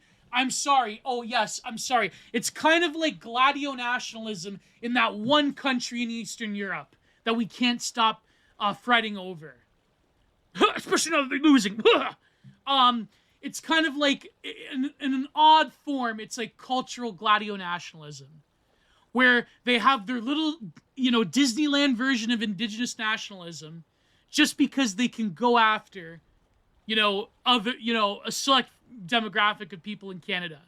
But at the end of the day, they're just as, like, thrown to the winds of postmodern, multicultural, non-identity as everybody else, right? And that's the thing. And people don't point this out, is that they're just as much a victim as any Francophone or Anglophone in Canada of this, like, post-Pierre Trudeau version of post-nationalism in Canada, right? Remember, we're always an empire. We're always loyalists to an empire. Either we're serving, we're serving the British, or we're serving American liberalism. And we're doing it better than America. That's the whole point that Pierre Trudeau, the stepfather, set out. Sorry I'm ranting, but this is very close to my heart. The group of seven. Then he talks about the Crown Land Initiates continued. However, the Canada, like the group's artwork, Crown Land remains for private interests and ever-increasing profit. Lauren Harris. So, yes, it's a crime that Lauren Harris is the most expensive Canadian artwork ever sold. And it's the Vancouver Island one, I believe. In her essay, Land is Pedagogy, Nishnabuk Intelligence and Nishnabuk Intelligence and Rebellious Transformation. Sorry if I'm butchering the phrasing. Michi Sagik Nishnabug, writer, how do I say that? Nishnabeg, writer, Lena Betsamosake, Simpson equates Aki, Anashaban Mawishi from Land with Liberation. She writes, Aki is also liberation and freedom. My freedom to establish and maintain relationships of deep reciprocity within a pristine homeland that my ancestors handed down to me. Aki is encompassed by freedom, freedom that is protected by sovereignty, and actualized by self-determination. Yeah, okay, I agree with this, but why then can we not have some sort of, intercultural dialogue between the group of seven that was influenced by European painting styles and, and indigenous art form? Well, you can't have that, right? But all this thing about my ancestors' land, well, I'm sorry, according to global airport liberal ideology, there is no such thing as your land or my land. We are nothing but the global airport. So that's the thing. Simpson is pointing to a freedom as about human dignity taken by settler nationalism, but my nationalism is clean, though. Through a violent nationalist violence, Canada endeavored to leave indigeneity in the past tense through residential schools, indigenous agents and bans on culture, spiritual practices. Again, like I've said, those things were not good, right? But of course, it's all revenge fantasy all the way down. That's what it is. When someone is erased to blanket, so I read that European tradition were happily to produce these nationalized paintings. So you're saying that you can't have the nationalism, I can have it. Oh, but also the ideology of current year global airport Canada says that there's no such thing as nationalism. So it doesn't make any sense, right? But again, it's like, it doesn't matter. It doesn't matter. Revenge fantasies are the point.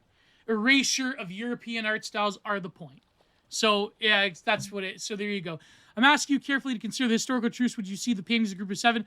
What do you see? Canada? What does that mean? It's a landscape, but who is the owner? Who is that ownership supposed? Is there an owner? There you go. There you go. There's no such thing as Canada. No such thing. You're right. There you go. No such thing as Canada. The artwork helps us understand history through what it represents and how and why it's reproduced.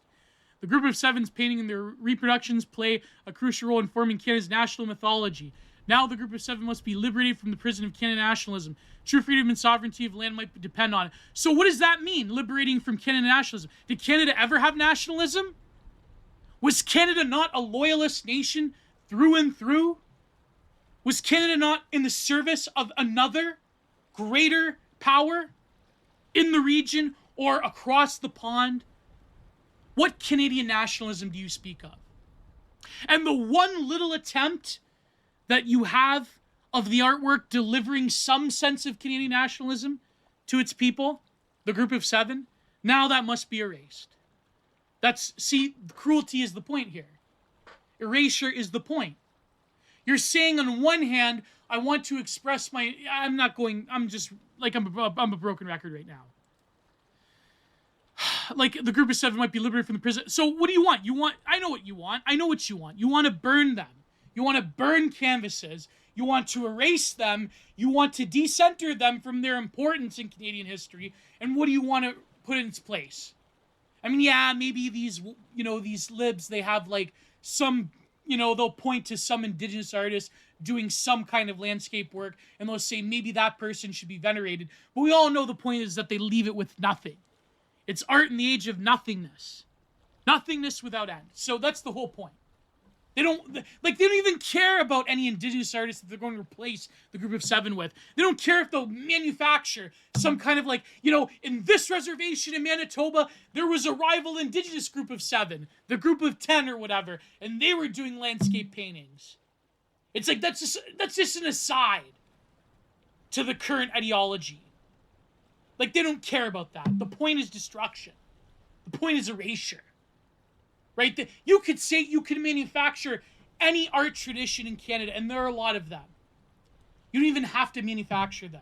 You could say at this time, at the same time as the Group of Seven were having their meetings in Toronto, in Algonquin Park, that there was rival indigenous artists that just weren't heard because of racism and settler nationalist colonialism, whatever you want to call it. But it's like, that's an aside. They don't really care about that. It's more of the act of revenge and destruction that really is more of the point. Right? Because you're saying that nowhere in this article is there any sense of replacing it with something. It's like, oh, we have to liberate them from their nationalist myth-making. We have to return the Group of Seven to nothing but placid landscape work that is impressionistic. And that's it. Is that what you're saying? Then what's the point? oh, you just have to look at them as paintings. That's it. You know, it has no history, it has no comportment within any sentiment and any sort of yearning or inkling that Canadians have, that they are unique people with a unique sense of history and a unique nationality. Nothing. It has to be erased. Sorry. So anyways, I thank Skeptical Waves and I thank Bart the Red, my good friends, for making me aware of this article. I believe I read it maybe a while ago, but oh, God, let's move on to something that's less depressing. Well, actually, probably not, but something that I'm maybe less black-pilled on, less worked up over. Let's move on to Richard Hanania. Yeah, have we gone too far? Hananiacs? Hanania mania running wild on you? Oh, man, woo! Okay, let's move on. So, yeah, apparently, it's incredible. Richard Hanania is going to survive his cancellation, his associations with Richard Spencer. And here's the thing. I am no fan of Richard Hanania. Okay? I am no fan. I don't agree with his, his anti-Christianity, his hatred of the Chuds, even, like, his analysis of, like his sort of HBD stuff. I don't know. It's, like, too, I don't know. I'm not that, I guess you could say, reductionistic, but, I mean, yeah, it's very funny how there's a lot of speculation going on as to how he managed to survive this. It's really interesting. Because he does say a lot of, like, quote-unquote cancelable opinions in public. But I think it's, like, the way he says it, his sort of, like, his group is not, that he hangs out with, the sort of, like, Substacker class.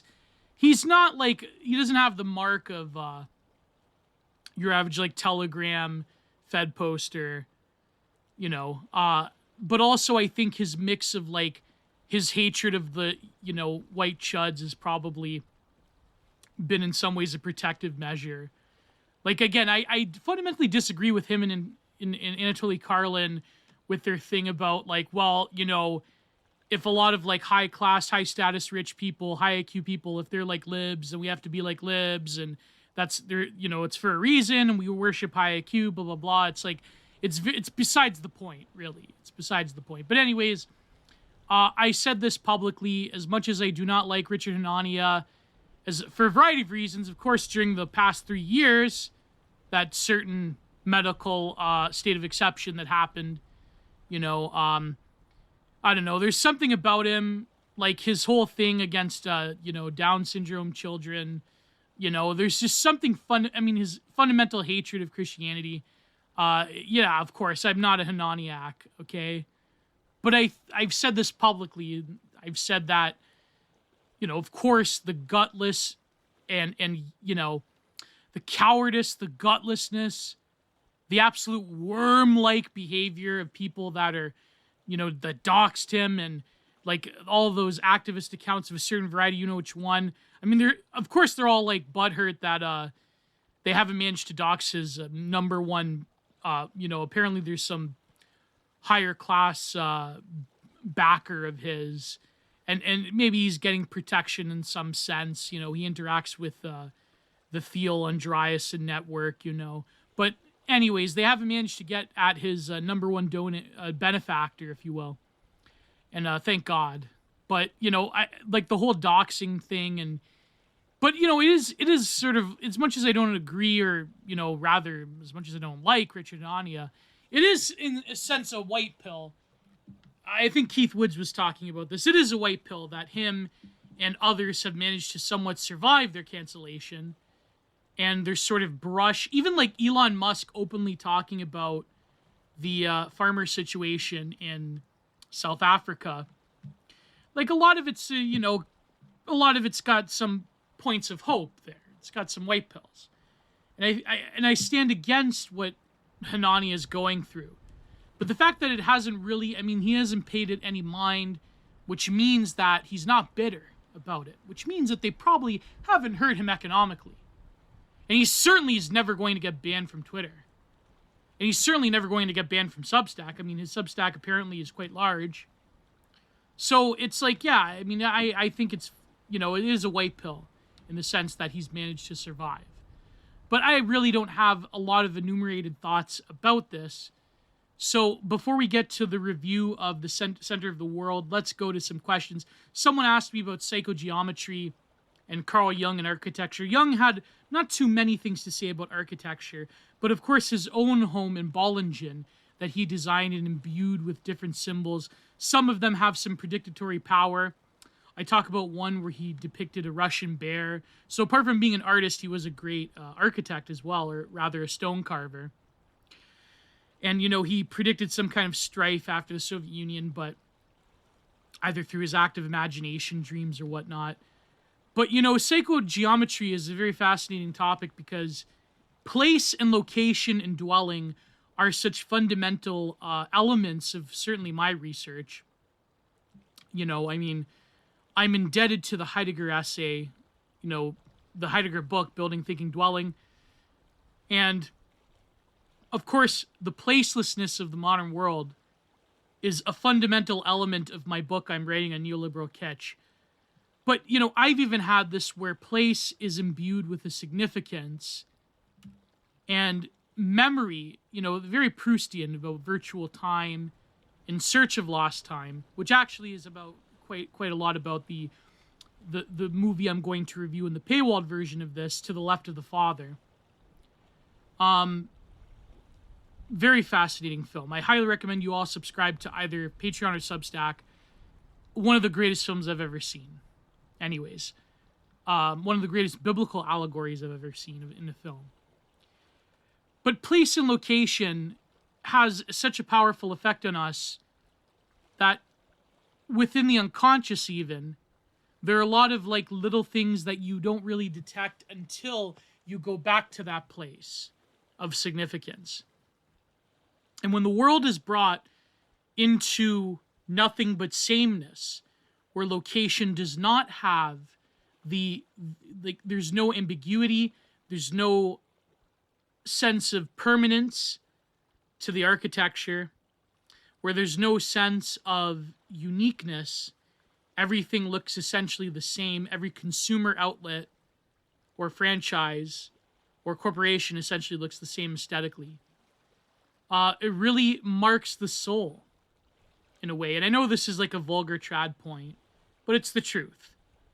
Even if it doesn't have to be traditionalist, doesn't have to have supreme ornamentation, the lack of uniqueness, speaking of psychogeometry and speaking of white pills, I'm going to give a shout out to my good friend Robert Stark. He wrote an amazing article on his Substack, Stark Truth, where he talks about some hope that you can find in postmodern architecture that do take on a sort of, not a traditionalism, but rather a uniqueness of building that, some people may find silly or stupid or whatever. And there's plenty of silly and stupid architecture that comes out of the new internationalist style. But, he's saying that there's some good examples of this and that it actually does mark the landscape with a uniqueness. And it does actually have a unique aesthetic. And it's a very great article. Please go and subscribe to Stark Truth Radio. I mean, he's been around forever. And, of course, buy his follow-up called, what's it called? Vaporfornia? It's the second part of his book, A Journey to Vapor Island, which is really a frog classic. Such a great book. One day I will do a full review of course, I keep wanting to bring him on the show, but I have to read his new book still, and I've been busy. So yeah, anyways, psychogeometry is a fascinating topic because I think that so much of what makes places and spaces that we interact with unique is slipped away from us. I think that's why nostalgic content is so big when it comes to millennials now entering a sort of halfway period in life, entering their 30s and some cases even their early 40s, that our childhoods, this is the whole thing with liminal spaces. This is psychogeographical. Why is it that we have an identification with a place that we may not have seen or we've seen a version of in our own childhoods? Why is it that they seem oddly familiar but oddly alien? Why is it that the average, like, Norwood millennial Redditor, and yeah, I mean, I am including myself because I love those compilations as well. But why is it that, like, the millennial is so terminally caught in nostalgia and how the digital world enables that? I mean, this is a topic of great interest to me and Prudentialist, and Catherine D. and even Robert Stark. So there's something to it there because there is a familiarity in such a vulnerable time in our lives. And then when, of course, one place collapsed in 2001, it was all over. It seems that the gears of world sameness were not accelerated, but had been jumped off by the falling towers. And by the time you get to the 2010s, it's all over. I mean, it doesn't have to be over, but in terms of the uniqueness of public spaces and of corporate brands, I mean, I talk about this in my book. In terms of the psychogeographical content, unless there's a sort of like hyper-specific memory that you have, it's largely over. There are other things that people have asked me about love and so forth, and I might have to paywall some lurid discussions of certain things. But yeah, I've been receiving a lot of different questions. People have asked me about different animes to watch. I certainly will get to them. Poppy Coburn on Twitter, a mutual of mine, she asked me about the left caths. So maybe I'll have a little rant about the left caths. Someone asked me about more Kowloon Walled City content. And of course, to explain the stock photos thing, which I might do. I might do actually a short video on stock photos. It's very funny, the left caths. I mean, they're really indicative of, this thing I said this in Digital Archipelago at the time of recording this. You've probably already seen it, but I basically explain what my good friend GSP from the War Report says about like a lot of these foreign elites that that basically consign themselves to doing the bidding of the GAE, the empire, because their crimes will be erased on the ground. They will have a source of legitimacy that transforms parochial sort of strongman despotism in the local level to something more, something that that is essentially akin to managerialism. And this is why they do it. They essentially consent to their own demise or their people's own demise for a reason. And this is the same with churches. I said this. This is the same with churches inside of the empire. Inside of America and Canada and the Anglosphere and so forth. That they feel like they're losing social relevance and therefore they have to sign on to this mutilated version of their own doctrine to appease the powers that be, and they could be hip and with it and so forth. Now, here's the thing about the left caths, okay? Here's the thing. And so, Poppy, if you're listening to this, this is for you, my friend. Now, this comes from a writer that I don't have any particular love for, but this comes from Ross Douthat. He wrote this article in First Things about, like, the changing shape of Catholicism in America. So he says, Herbert McCabe and Alistair McIntyre, two rather different Marxist Thomists, are inspired by their for the Tradinistas. The Atlantic's Elizabeth Brunig. Liz Brunig, what you think? Bap posting some bodybuilder and Liz Brunig's replies.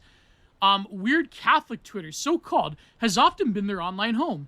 If all of this makes the Tradinistas sound marginal relative to the other tendencies I'm describing, well, in certain ways they are, because their economic vision often has the current Holy Father in its corner, and that it's to counter something. Even if they lack the direct political influence of the populists or the ambitions of the integralists, God, both of them miss the point. And of course, left caths entirely miss the point, in my opinion. Tradinismo, nevertheless, has a clear political theory. The conditions for Christian renewal depend on breaking capitalism's chains, and thus to ally with secular socialists may be to seek the good of the church in long run, notwithstanding the gulf between figures like Bernie Sanders and church teaching on just about every non-economic issue. Oh my God. And the extent that they're participating in some small way in the larger revival of socialist thought, which in turn participates oh my God, which in turn participates in some way in the Biden's presidency's ambitious economic agenda.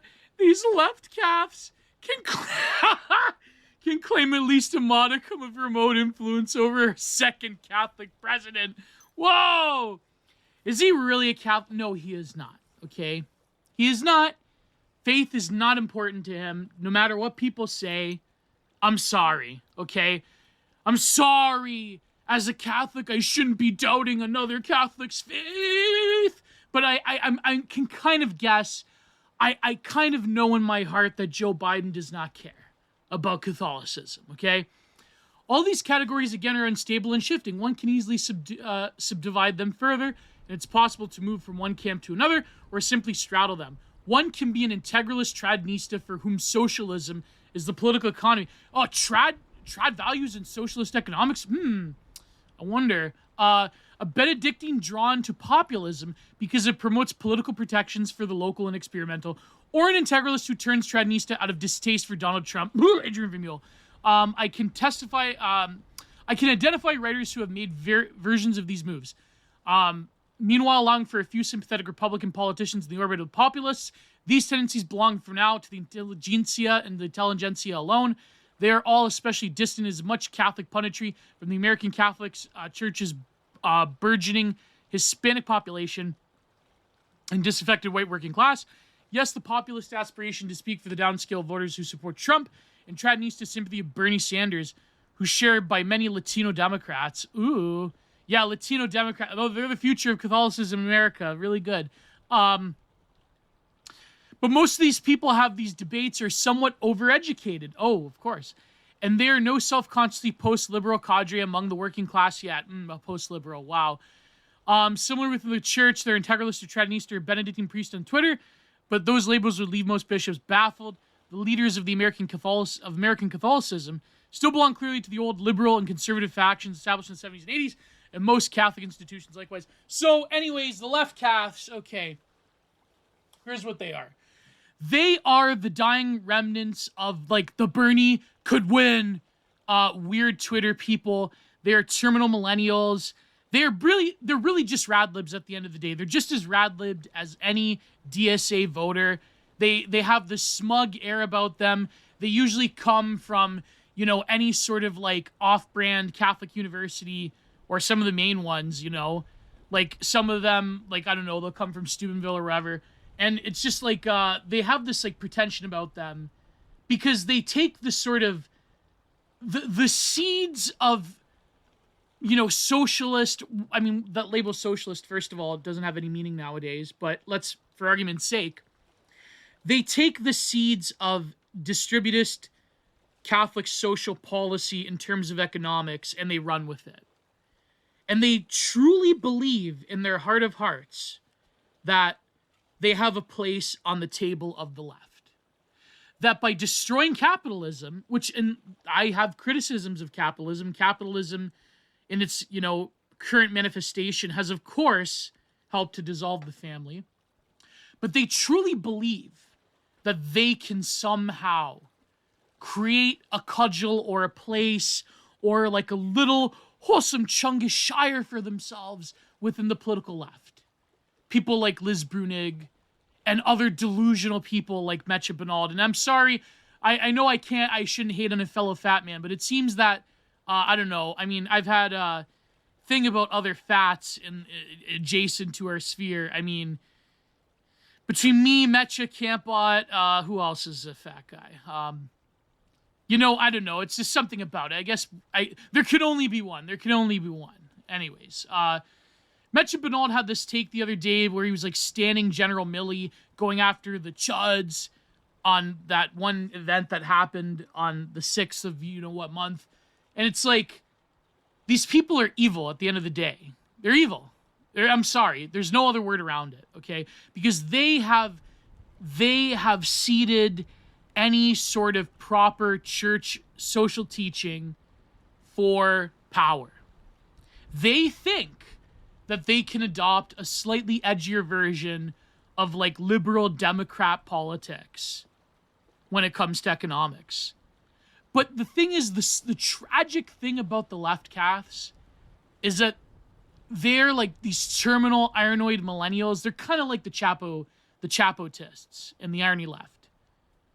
And they've been burned by the chuds and the right wing. And I remember that one piece in the New York Lies that talked about the left cast, and I think it was Mecha himself or it was someone else that, I think it was actually Mecha with his like very arrogant tone, talking endlessly about like the evil right wingers and the chuds and how they don't understand and like they vote against their own interests. That's always like this terminal, like this lib argument they have that comes from that book, The Problem with Kansas, that like everyone in political science like 101 had to read. Like, they vote against my interests. Yeah, I'm very sure. Yes, okay. So not wanting like terminally destructive social policies. And here's the thing. Yes, I agree. The Republican Party, in terms of economics, does hate the white working class and other working class people.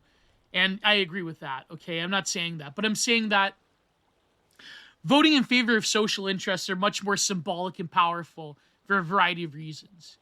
And the fact that they still deploy this argument, well, first of all, the left casts are essentially just the tradition of liberation theology, but for like terminally ironic millennials. It's always like Marx first, Christ second. Social justice in this world and Christ second. That's what it is, okay? I don't have... People, they have this weird obsession with Liz Brunig. I never saw it. I never saw anything in her, to tell you the truth. Because these people, you have to realize, it's sort of like the compact writers. Not all of them. There are a lot of good compact writers, but I'm talking about people like Edmond de Ponte or whoever. Like, these people, like that, for a time because of Trump, they flirted with the right wing, the E-right in particular. They'll sell you out at a moment's notice. They don't care. And the left cast proved this, okay? People like Liz Brunig, they will sell you out no matter what. For all of her bromides about being pro-life, they ultimately believe in the same socially destructive, civilizationally decaying policies as anyone else. There was that one where I think it was some addict on the subway and Liz Brunig was with her baby and she said, like, it doesn't matter if this guy's, like, doing, whatever I can't describe on YouTube. It doesn't matter. Like, that's no big deal, bro. Like, I remember that tweet, and it's whatever. It's just, a lot of these are not serious people, let's put it this way. They like to think they're serious, but they're not, okay? Because if they were serious, they won't realize the point that I'm trying to make. And this is a point where I probably do have a little bit of sympathy there. I know I'm bashing them pretty hardcore, but... Edmond de Ponte, but what's his name? Edward de Ponte? No. I mean, listen, I shouldn't bash the There's people that I know that I respect, that I'm friends with, that write for Compact, okay?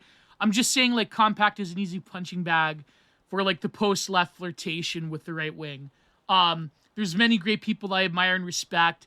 People like Schollenberger and Catherine D. and Nina Power and, and even D.C. Miller and so forth. Like, of course. But there's other people that, like, I guess, when people think of Compact, they think of Aponte or they think of, like, Sorba Mari or whoever. So, whatever. The point being is that this is where I kind of am a bit sympathetic to the left cast in the sense that they are politically homeless. Totally. Okay? They're totally politically homeless. The same way that radfems are. So, the left will never accept them. The left will never accept them. The left is totally atheistic. They have some version for indigenous people, for BIPOCs, for migrants. They have some version of, like, trinket, like tourist trinket, Disneyland spirituality. But it's never made to influence any social policy, any political power. The current left abandoned their New Ageism in favor of hardcore atheistic materialism during the 2000s, during the New Atheist and Jon Stewart days. You know how there's evidence of this? Here is the subreddit that I wanted to share to people. This is ex-Catholic. Ex-Catholic. Let's find it here. Talking about the left calves. Rant about left calves by our ex-Catholic. I don't know how familiar with the circle of Catholics, weird Catholic Twitter, Luz Brunig, but they are driving me nuts today. I'm pretty existentially confused people and almost became Catholic because of these people in the past 2 years. Now I have no idea what I believe. Well, you believe in your own ability to coom. So anyways, they appear to be cool with LGBT people. They criticize America constantly. Oh, no doubt, right? Even though, you know what's so funny about the left cast criticizing America? Is that in a way, they're just a weird form of left Americanism. All of their assumptions are terminally caught within left Americanism. That's it. I mean, at the end of the day, the Catholic Church, in a large part in America, has Protestantized and has to reconcile with its own unique character as opposed to European churches. And it's just that, it's crazy. Okay, it's crazy. And it's these people, they don't realize that they have the same assumptions as liberal Democrats in America. There's, for much as they criticize America and the empire, and maybe some of them might flirt with some kind of like left ironist, like, Kurdistan, Rojava core, third worldism, I think even there's some left casts in the MAGA communist thing. I don't know. As much as they do that, they're still just consigned to it, okay? So it's very funny how they criticize America. Having concern for the poor, marginalized, etc. However, when you press them, they'll end up saying that, well, just what the church teaches and crap on LGBT contraception, etc. and stand by it. I got into a huge fight with some of the people over the Catholic bishops in the U.S. trying to stop a law from being passed that would provide funding for sunset hotlines for LGBT youth. The skirting around it justifications that came up for the bishops doing their... then other people are saying that it's the equivalent of hip youth pastors. Supposed to be president is cool and in the know, but actually still believe in terrible theology if you get more... I'm sorry, but like traditionalists are kind of like hip and cool among a lot of Zoomers. I used to this is a deleted comment. I used to frequent weird Catholic Twitter and even had an account for blah, blah, blah. In the case of my friend, it's obvious to me several things he said publicly over the years that his faith is on the wane, is being progressively strained in the light of Catholic Church's obvious absurdity and his own LGBT sexuality. So he's very intellectually honest, but I can think most of others are completely full of it. They either end up bending over backwards to defend absurdities like the prohibition of IVF and contraception. Still claiming, are these people stuck in the 90s still? Are they stuck in the 2000s? It seems that like every Reddit Norwood every Reddit Norwood ex-Catholic, ex-Christian lib, they're all just stuck in the early 2000s. They're all just stuck in the Jesus camp memes. That's it. I get the appeal of the aesthetics, believe me. I absolutely fell in love with the medieval Tridentine Latin aesthetic when I was 15 and stayed that way ever since. I love Gothic architecture, listen to Gregorian chants, sometimes walk. Well, if you listen to Gregorian chants and you can't feel the spirit, then you have been given over to a reprobate mind. I know Catholics don't like to hear that part of the Old Testament, but it's pretty much the truth. Anyone who's an ex-Catholic, anyone who's a hardcore Redditor, I'm sorry, you've been given over to a reprobate mind, okay? The fact that your heart is so hardened from those beautiful works of art and from the Gregorian chant, I'm sorry, okay? You probably deserve the mental hell that you're living in. Oh, I'm sorry, am I being a bit edgy here? I'm very sorry. I just get really mad. I don't know. I kind of like cutting loose once in a while because you guys appreciate it. You guys like when I bring that fire. To quote my friend Turkey Tom, bring that fire, right? So, but one day I'll interview Turkey Tom. Oh boy, it's impossible to justify actually believing in or supporting the institution just because of the aesthetic in light of the awful moral track. You don't have morality. Your morality is wedded to a leviathan of evil, okay? Your morality is whatever makes you feel good, okay? You live in hell. But anyways, let's go on. Weird left Catholic Twitter and political left Catholic Twitter used to piss me off so much. Queer people and women are fighting for the rights to equal marriage and reproductive rights because of most of the last decade in Ireland. Oh, yes, yes. The libs in Ireland crying their eyes out of tears of joy because they get to achieve the Molochian sacrifice. Um, I can personally recall having quite different times trying to reconcile my concern for people and my concern for religion. Specifically, religion is a good faith medium for human interactions. Yeah, that's all you care about. You don't care about the Holy Spirit, okay? You care about like it as a social institution. Go and join. What's the preferred leftoid term nowadays that comes from academia? A third space. Go and join a third space. Go and join a group of some kind. Go and join, I don't know, like something else, okay? Because if you're not in it for the spirituality, then you should get out, okay? That's my opinion. But whatever. I'm sorry. I'm being rude to you, but it's kind of like, you know what, the young pope, that one line about the doorway should be narrow and it should be small, but furious and full of fire. I mean, that's probably for the best, right? Especially in our trying times. Their wavering is less a sign of hypocrisy than a sign of change of heart and progress. Sometimes we can be really insistent that everything be finished already. Oh, yes, I'm sure. The left is known for the current political left is really known for their easygoing approach to having people slowly wade into their ideology. Yes, It doesn't become a ritual of normie sadism to, destroy people that don't exactly go along with everything all at once, But anyways, the reason I can't read any more of this gibberish, I got to experience a small sample of Catholic youth culture that pervaded by Notre Dame, in which OP describes sound exactly the type of person molded by these mincing F-heads. Growing up in the South, I used to see, oh yeah, South things, you're a hicklib, right? Jim, who cares what your name is? You're irrelevant. You're nobody. I used to see angry, spiteful evangelical Christians running around and flexing their entitlement. Notre Dame was the first time I met Catholics who were like that. Wow, I guess there should be more. Of course, I heard that Notre Dame has a lot of corrupted elements as well. But no, here's the point. My point is that the left Catholics are politically homeless, and they will lash out because of it. Because the left will never accept them. The left will never accept any form of true and genuine religiosity that doesn't have attached to it some political identity group. And especially not anything to do with Christianity, especially not to do with Catholicism. So the left cast there, they feel like they're twirling in the wind, and they have this superiority complex, and like the rad femmes, they're politically homeless because the political right certainly doesn't like them, but they tolerate them. They're not gonna like go out. They'll go out of their way to dunk on rad femmes, and sometimes they'll go out of their way to dunk on left caths. But it's not as disastrous as having leftoids go after you, of course. So yeah, that's the problem with the left caths.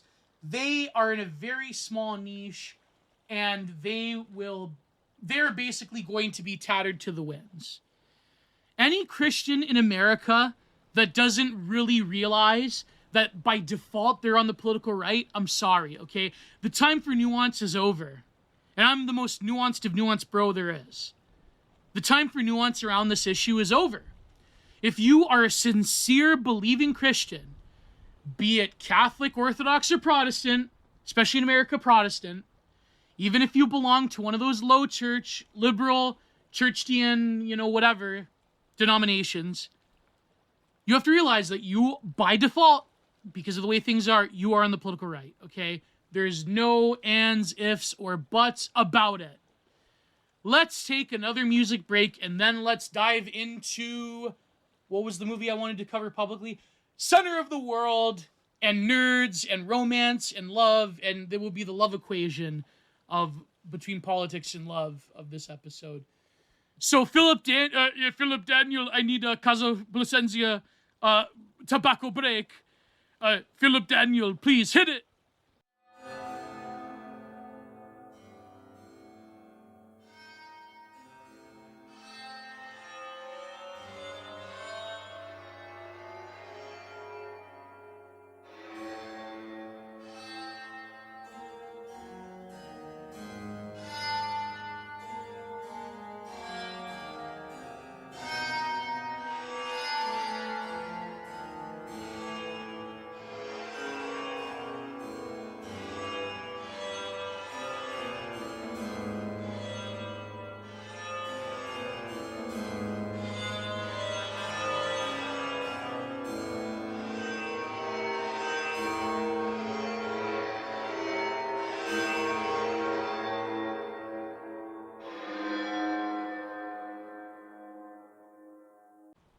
We are back. I might have to do half the review here, half in the paywalled version. But two movies that really have interested me that I discovered. Well, one of them I wanted to watch for years, and then I finally found, or someone was kind enough to upload a translated version onto YouTube. I was going to have to endure some pretty heavy, like I said, I was going to have to endure some pretty heavy, awkward moments trying to watch a film with my mother and having her translate, from Portuguese. But anyways, because like I've said, yeah, my mother's side of the family they're all Italian expats to Brazil. Brazil. So, but this first film, I figure is very pertinent and relevant.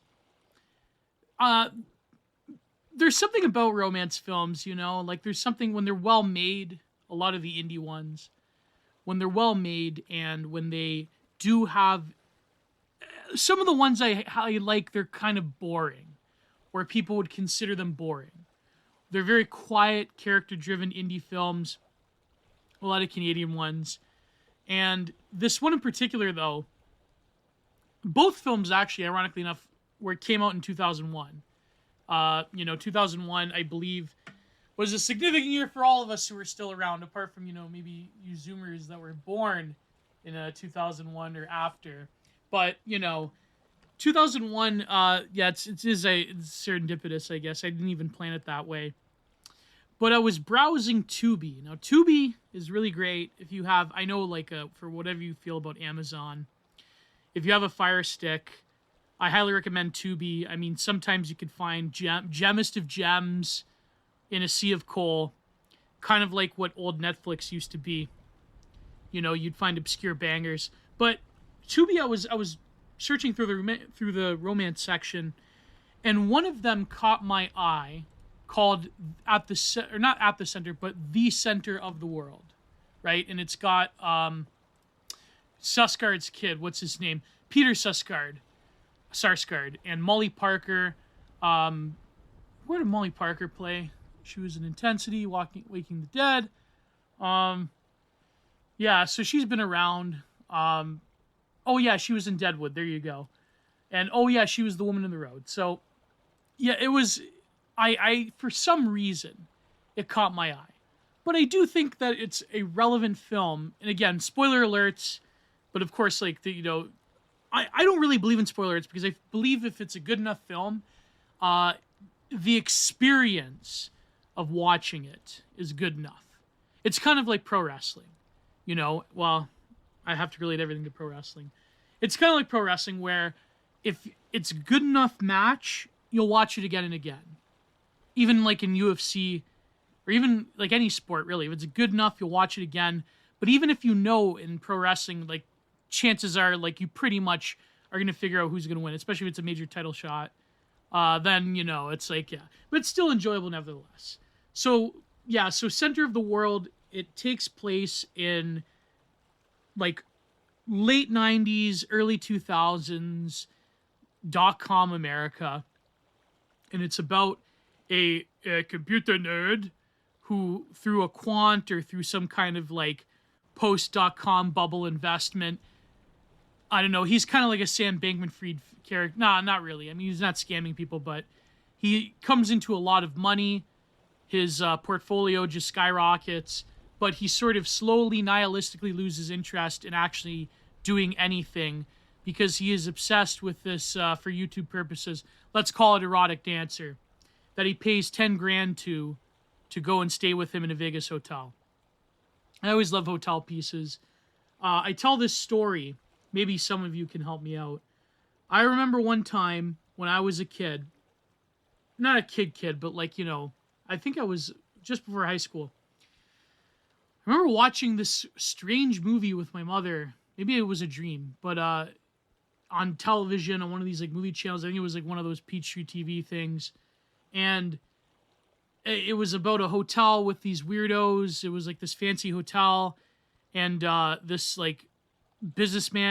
black businessman wanted to redact the chef because the chef was a dealer that gave his son a hot shot. And it was about this older man that was wanted this Asian woman, and it's like a very, very strange, very melancholy, very like almost like out of place type of surreal film. And I always remember that I can never, periodically I would go on a Google search, I would try to find it. But there's many great hotel orientated films. There's one in Canada, this indie film called Century Hotel, which is quite good. I always like that. I guess that's because I've always liked the paintings of, Edward Hopper. They're liminal spaces, but they have an odd identification because of the fact that you are staying in them, and they are a mimicry of domestic life in a way, even if it's just a bedroom. And so Center of the World takes place mostly in this hotel room, and I think that it's such a great film because it reveals that, like, sort of that halcyon moment between the internet taking over our lives completely, but also the first sort of like pioneers of that world. But also this like, the way that relationships and love were going to go, the direction they were going to go in the world that we live in now. But before I get into the actual meat and potatoes, before I get into like the plot, like I still think this is part of meat and potatoes. The scenery, the music, it's very like early 2000s lounge. There was this great song at the very beginning by the band Laika called Black Cat Bone. And it's very loungy, almost like a kind of mysterious in a sort of like not spy thriller, but like sort of there's a purpose to it, especially with the bass line. There's like a mission there, but it's still very incredibly like, it's got that vibe to it of the early 2000s lounge music. Not as like ambient as say more Chiba, not as like trip hoppy as say Sneaker Pimps, but it's like of that caliber. And I believe the band Laika, the same song was also in a Buffy the Vampire Slayer episode. So that's the kind of vibe, the early 2000s like Gen X, older millennial type of vibe that I can't get enough of. I really am. The way they dressed. There's people with trip wear. There's like just the early internet. A guy. So it really is good. It really sort of predicts the way things are going. But the ambiance, I highly recommend listening to that song, Black Cat Bone. The ambiance of it is incredible. Some of the lounge and restaurant scenes remind me a little bit of Exotica, because a lot of very good romance films have a sort of fatalism to it, or a fundamental divide between the way that things should be and the way they should work and the way that they'll never work out. So this guy is sort of like a computer nerd, and he makes a lot of money through the internet, and he has to sort of lie to his friends what he's doing. His one friend, I believe he's an actual angel investor in real life. They got a guy from the finance world who does a bit of acting. He's like, you don't care about anything even though you're making more money than God. And then he's obsessed with this erotic dancer, let's call her that. And it's one of those like high class places. And so he proposes to give her 10 grand to accompany him to a hotel. They don't have to do anything. But of course they end up doing something. But then like slowly the whole point is that it is revealed that it's basically a game to her, and that they struggle. And then halfway through, she sort of struggles with trying to quote unquote catch feelings, because he's not a bad looking guy, and he's, sweet in his own way. But then, to spoil the end, just to get to it, because there's a lot more meaning to it, he erupts in a fit of chud rage in a manner I can't describe on YouTube, but not the way you think. It wasn't that brutal. But, with her, after they've completed the deed, and she just looks off listlessly without any feeling, and she sort of has this feeling of the fact that she is participating in Lady of the Night behavior.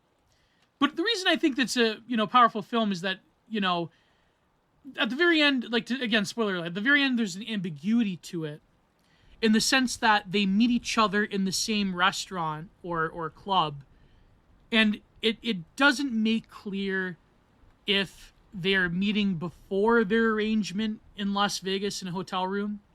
It's one of these fancy like 2-room thing, like 2 suite things. It's very expensive. And then he like gives her like dysfunctional single mother friend money, and then there's a big like spoofia over that, where she feels guilty. But anyways, it's not clear whether they met before or it's after, when they try to attempt to have a real relationship. That is a great, that is a great ambiguity of it. But Center of the World is, it can be somber at times, but it's also the sort of playing up to the facsimile of what is real. That you are buying for an experience of reality. You are buying for, as a tech nerd, you are buying this experience that for whatever reason you feel that isn't going to work out or whatever.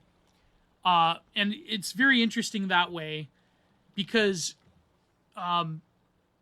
it predicts a lot of the trends that were going to go forward. And I think like a lot of the critics, except for Roger Ebert, ironically enough, didn't get it at the time. They said it was like, yes, it was a very sensual and like, aesthetically driven film. But then, this one Variety review at the time called it softcore kitsch. Center emerges as a fairly serious-minded drama. So yes, conceptually ambitious, limited play prospects for the unrelated artisan release, mixed reviews and buzzed, wet blanketed over its relative non-sensationalism, will likely curtail home turf theatrical reviews. But the thing is, though, is a lot of the sort of the way that we view relationships that are internet-based, or rather have a sort of element of the unsocialization that occurs with the internet, and how a lot of sensitive young men try to sort of buy their way into normalcy. That's like chock full of it. So Parker's character strongly limes the cautionary self-determination of a young woman who's in it for the money, yet far from mercenary, amoral, or uncaring. Perhaps Pick's most impressive aspect in its successful pitch of the world's oldest profession as a problematic but visible personal choice. No one is exploiting Florence, who is far from the usual doomed, drug-addled, or airheaded posty figure seen on screen. Susgard's Susgard was in Boys Don't Cry. Maybe I should review Boys Don't Cry, because as me and Prude, or rather just me, I force him into it, have a penchant for reviewing degen cinema, as you know. So contributes even more nuanced work as a man-childish introvert, arriving just with the dot-com boom has gone bust. Center's high-tech nouveau riche angle may strike some viewers as already dated, but in the long run will add a credible specificity of time and place. Yes, this review in Variety came out in 2001, and it's even more relevant than ever, in my opinion, this film. So the mix of luxury, cheap and easy money, along with the struggle against true sentiments, all of that plays out in this film. And I think that's really, it's pressing because I think that maybe a lot of the same struggles that people have.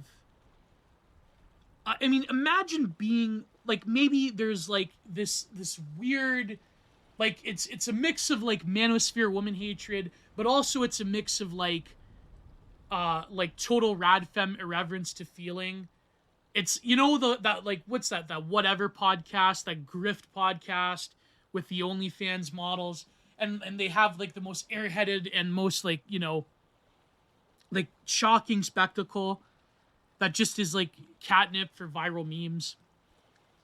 It's like, okay, for every like one OnlyFans person that one of these women that goes on this podcast and spews a bunch of nonsense, and the hosts are barely coherent themselves because they're like literal, like not even 90 IQ.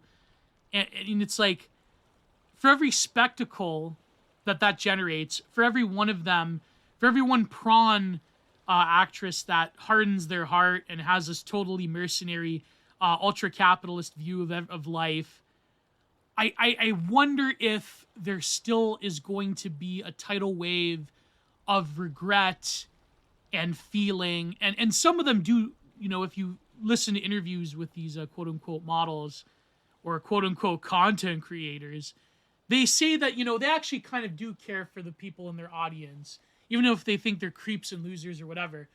They actually do at some base level, because if you're LARPing as caring for someone, you're giving them a girlfriend experience. On the base level, the unconscious can't tell the difference. There still is a root of sincerity there. And this film is brilliant because it really does it does predict and preempt the issues with trying to date, trying to find romance in the internet age, where there is parasociality mixed with a distancing. Like there's a few scenes, like of course Center of the World is a allusion to the painting by Mamet of the female body part, and it's like I believe Florence, the main character, Molly Parker's character, says, this is from which all life flows, and there is something sacred there. It's very like, 90s, early 2000s, new age type of stuff, but yet it's framed within this like girl boss feminism type of thing.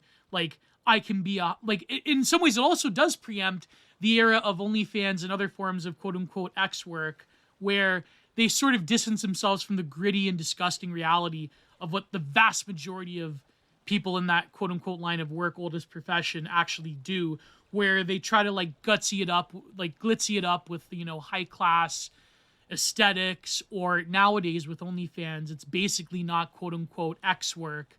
Now it's something different. It's being a content creator. It's being a emotional support worker. I've seen some of them describe it that way. And the reality is, the terrible reality is that they probably are some form of emotional support work. But it's disgusting. I'm not endorsing it. I'm saying that it's a tragic state that we live in. It's sort of like there's something people were piling on him, and frankly, I think he deserves it. Now I have friends who are friends with him, but I don't want to get into a huge drama, because Lord knows that this man loves getting into drama. But there was something that Rollo Tomasi said on Twitter recently, where he said that prawn has prevented more relationships from dissolving than anything else.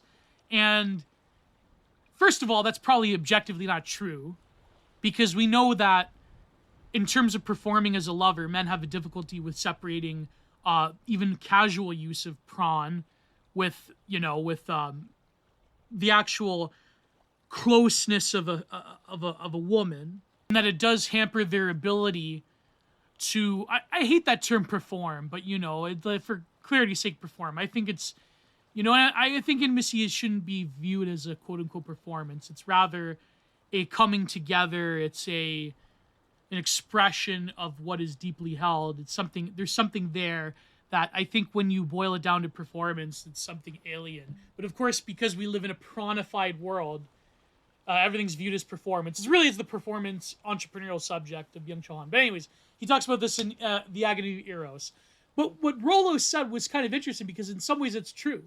Not true in like the sense of that it's a good thing, but true in the sense of it's a tragic state of affairs that like we view this thing to blow off steam, even though it doesn't really solve our problems of expressing intimacy with someone we supposedly love, but it's like a weird palliative that just satiates us till a graceless end.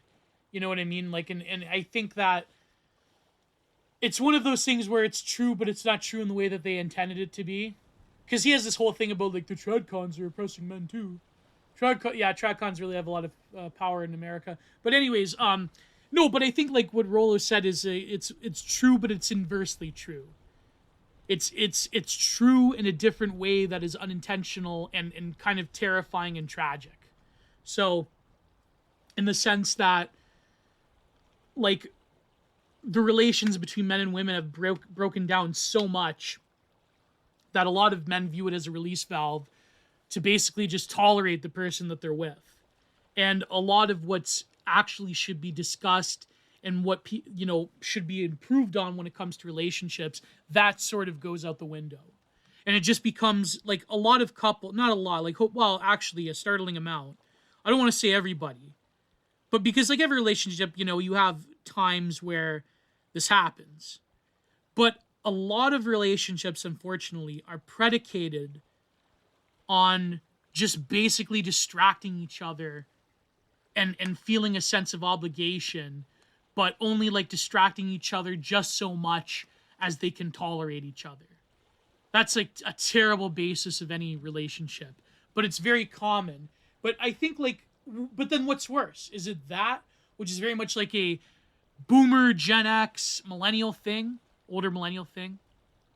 But of course, a lot of boomers are getting divorced, apparently.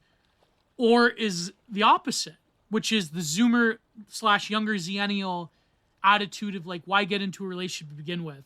It's over. It's like almost what's worse, right? You either live a series of humiliations, both men and women. I'm not being gender specific, because like both men and women go through this.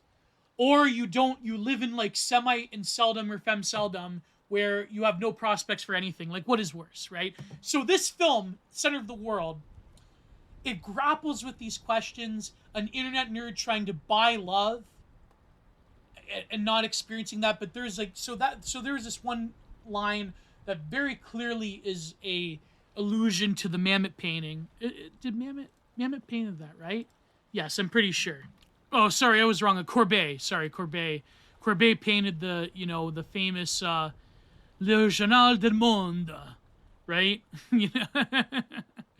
Oh boy, and it, been a subject of censorship, and yeah, it's so yeah. So, anyways, it's very clearly in the allusion to the Courbet painting, the origins of the world, or in this case, the center of the world. Sorry, I thought it was Mamet. It was Courbet. Very, please do not research. But anyways, so there's that line between like, people talk about 2010's actuality, right? People talk about this, about not catching feelings in the millennial. This is before that. This is 2001. They were discussing this, how the internet could potentially alienate you from romantic prospects, and that you can harden your heart to fulfill some kind of fantasy of a payoff, when in reality you struggle with such feelings. And, and there's this moment where her best friend in Vegas talks about her kid that she lost to custody battles, blah, blah, blah. And like, there's sort of rumination over it. And he displays a lot of humanity and humility.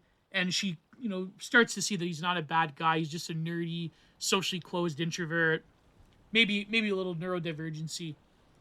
And the thing is that the one great dialogue I remember, because in my episode Marty Phillips, I recall this tale. Because I had the exact same conversation with my childhood one-itis a few years ago, where she said to him, to Sarsgaard's character, don't you feel lonely looking into that screen all day? Don't you just want to go out and like live in the real world? And he said, yeah, it can, but like some certain people are equipped for it. And it actually is the real world. It actually is. It's becoming the real world, because money is made on it, commerce is driven from it, communication. The world is through a screen. And you have to realize that this, like 2001, all these films that I kind of enjoy, they were made around this time of like, the films around the early 2000s or late 90s, films like 8mm, this one, Existence, like, they're sort of before an apocalypse. They're right on the cusp. They're right on that border. There's that one line I remember I'll never forget. It comes from Johnny California in 8mm, which is Joaquin Phoenix's character, where he said, they were going to this underground extreme smut shop looking for, snuff, and they were Johnny California, the character of Joaquin Phoenix plays, of the prawn shop owner, who is like actually more intelligent, but he's just doing it to make money in California, where he's reading Capote. He's trying to like. There's this one scene where he's reading Capote, and Nicolas Cage's character, the detective, says, "Why are you reading?" Like, He goes, how you know I'm reading something else behind this like terribly smutty romance novel? He goes, you're not highlighting, sorry, erotic novel. He's like, you're not highlighting that trash. And so he's like, oh, Capote, like you actually read like, high class, you actually read like high IQ things, right? It was very funny. But they're going down to the shop. They're trying to find what they're looking for. Of course, they find a fake one because, of course, to find a real one is sort of like, outside of like, because that's always a debate. What is considered snuff? Is it just, expiring on film? Because like go to live leaks, the Ukraine war is like unleashed a torrent of this content, or is it specifically something to do with the like extreme illegal versions of very very dark, let's call it Desaadian level content, right? So there's this dialogue he says where you realize like we're basically at the end here, because when we're going to a physical shop that's run by a Mexican, gang, and he goes, really, like this is all going to go away because the internet's just taking over. The internet's going to take over everything, and you're not going to have to like get your incredibly perverse smut in a physical place anymore. So, I felt like that was something like even Hollywood reflected the changing times of this. Because apocalypse means revealing, right? It means revealing from one reality to the other. All right, so the movie ends where they have this, finally they consummate their relationship, and it ends up terribly, and he's dejected because at that moment she rejects him. And like, I can't imagine that, by the way. Like, that just seems totally terrible to finally have this moment of consummation to then face cold shoulder rejection. But then the end, there's sort of the ambiguity whether they can make it work or not, or whether it's just a meeting before. And so Center of the World is one of those films that really gauged the way the wind was blowing. And it's aesthetically sensuous. The music is incredible. I mean, I'm a sucker for 90s and early 2000s lounge and trip hop and everything like that. So yeah, highly recommend it. Let's go to the paywalled version where I'm going to review To the Left of the Father, one of the greatest Brazilian dramas. And I'm going to have to paywall it because a lot of it has a lot of hairy topics, and I hate censoring myself this way. So see you all on the other side. Patreon, Substack, you name it. Thank you for listening to the Content Minded podcast, where every Wednesday there are interesting guests, amazing ideas, solo streams, and discussions on a diverse array of topics from art, philosophy, history, and more. The free version will be available both here on YouTube and as a downloadable link on Anchor and Spotify, as well as on Substack. Each week, the full, uncensored, and spicier version will now be available on both Patreon and Substack, where you will have access to the full archive of both Content Minded and of Giant Reviews, where I break down interesting texts every week, including other exciting paywalled articles and good content. Thank you all. Please like, share, and subscribe. God bless. Goodbye. Help keep the content renaissance alive. Too sweet.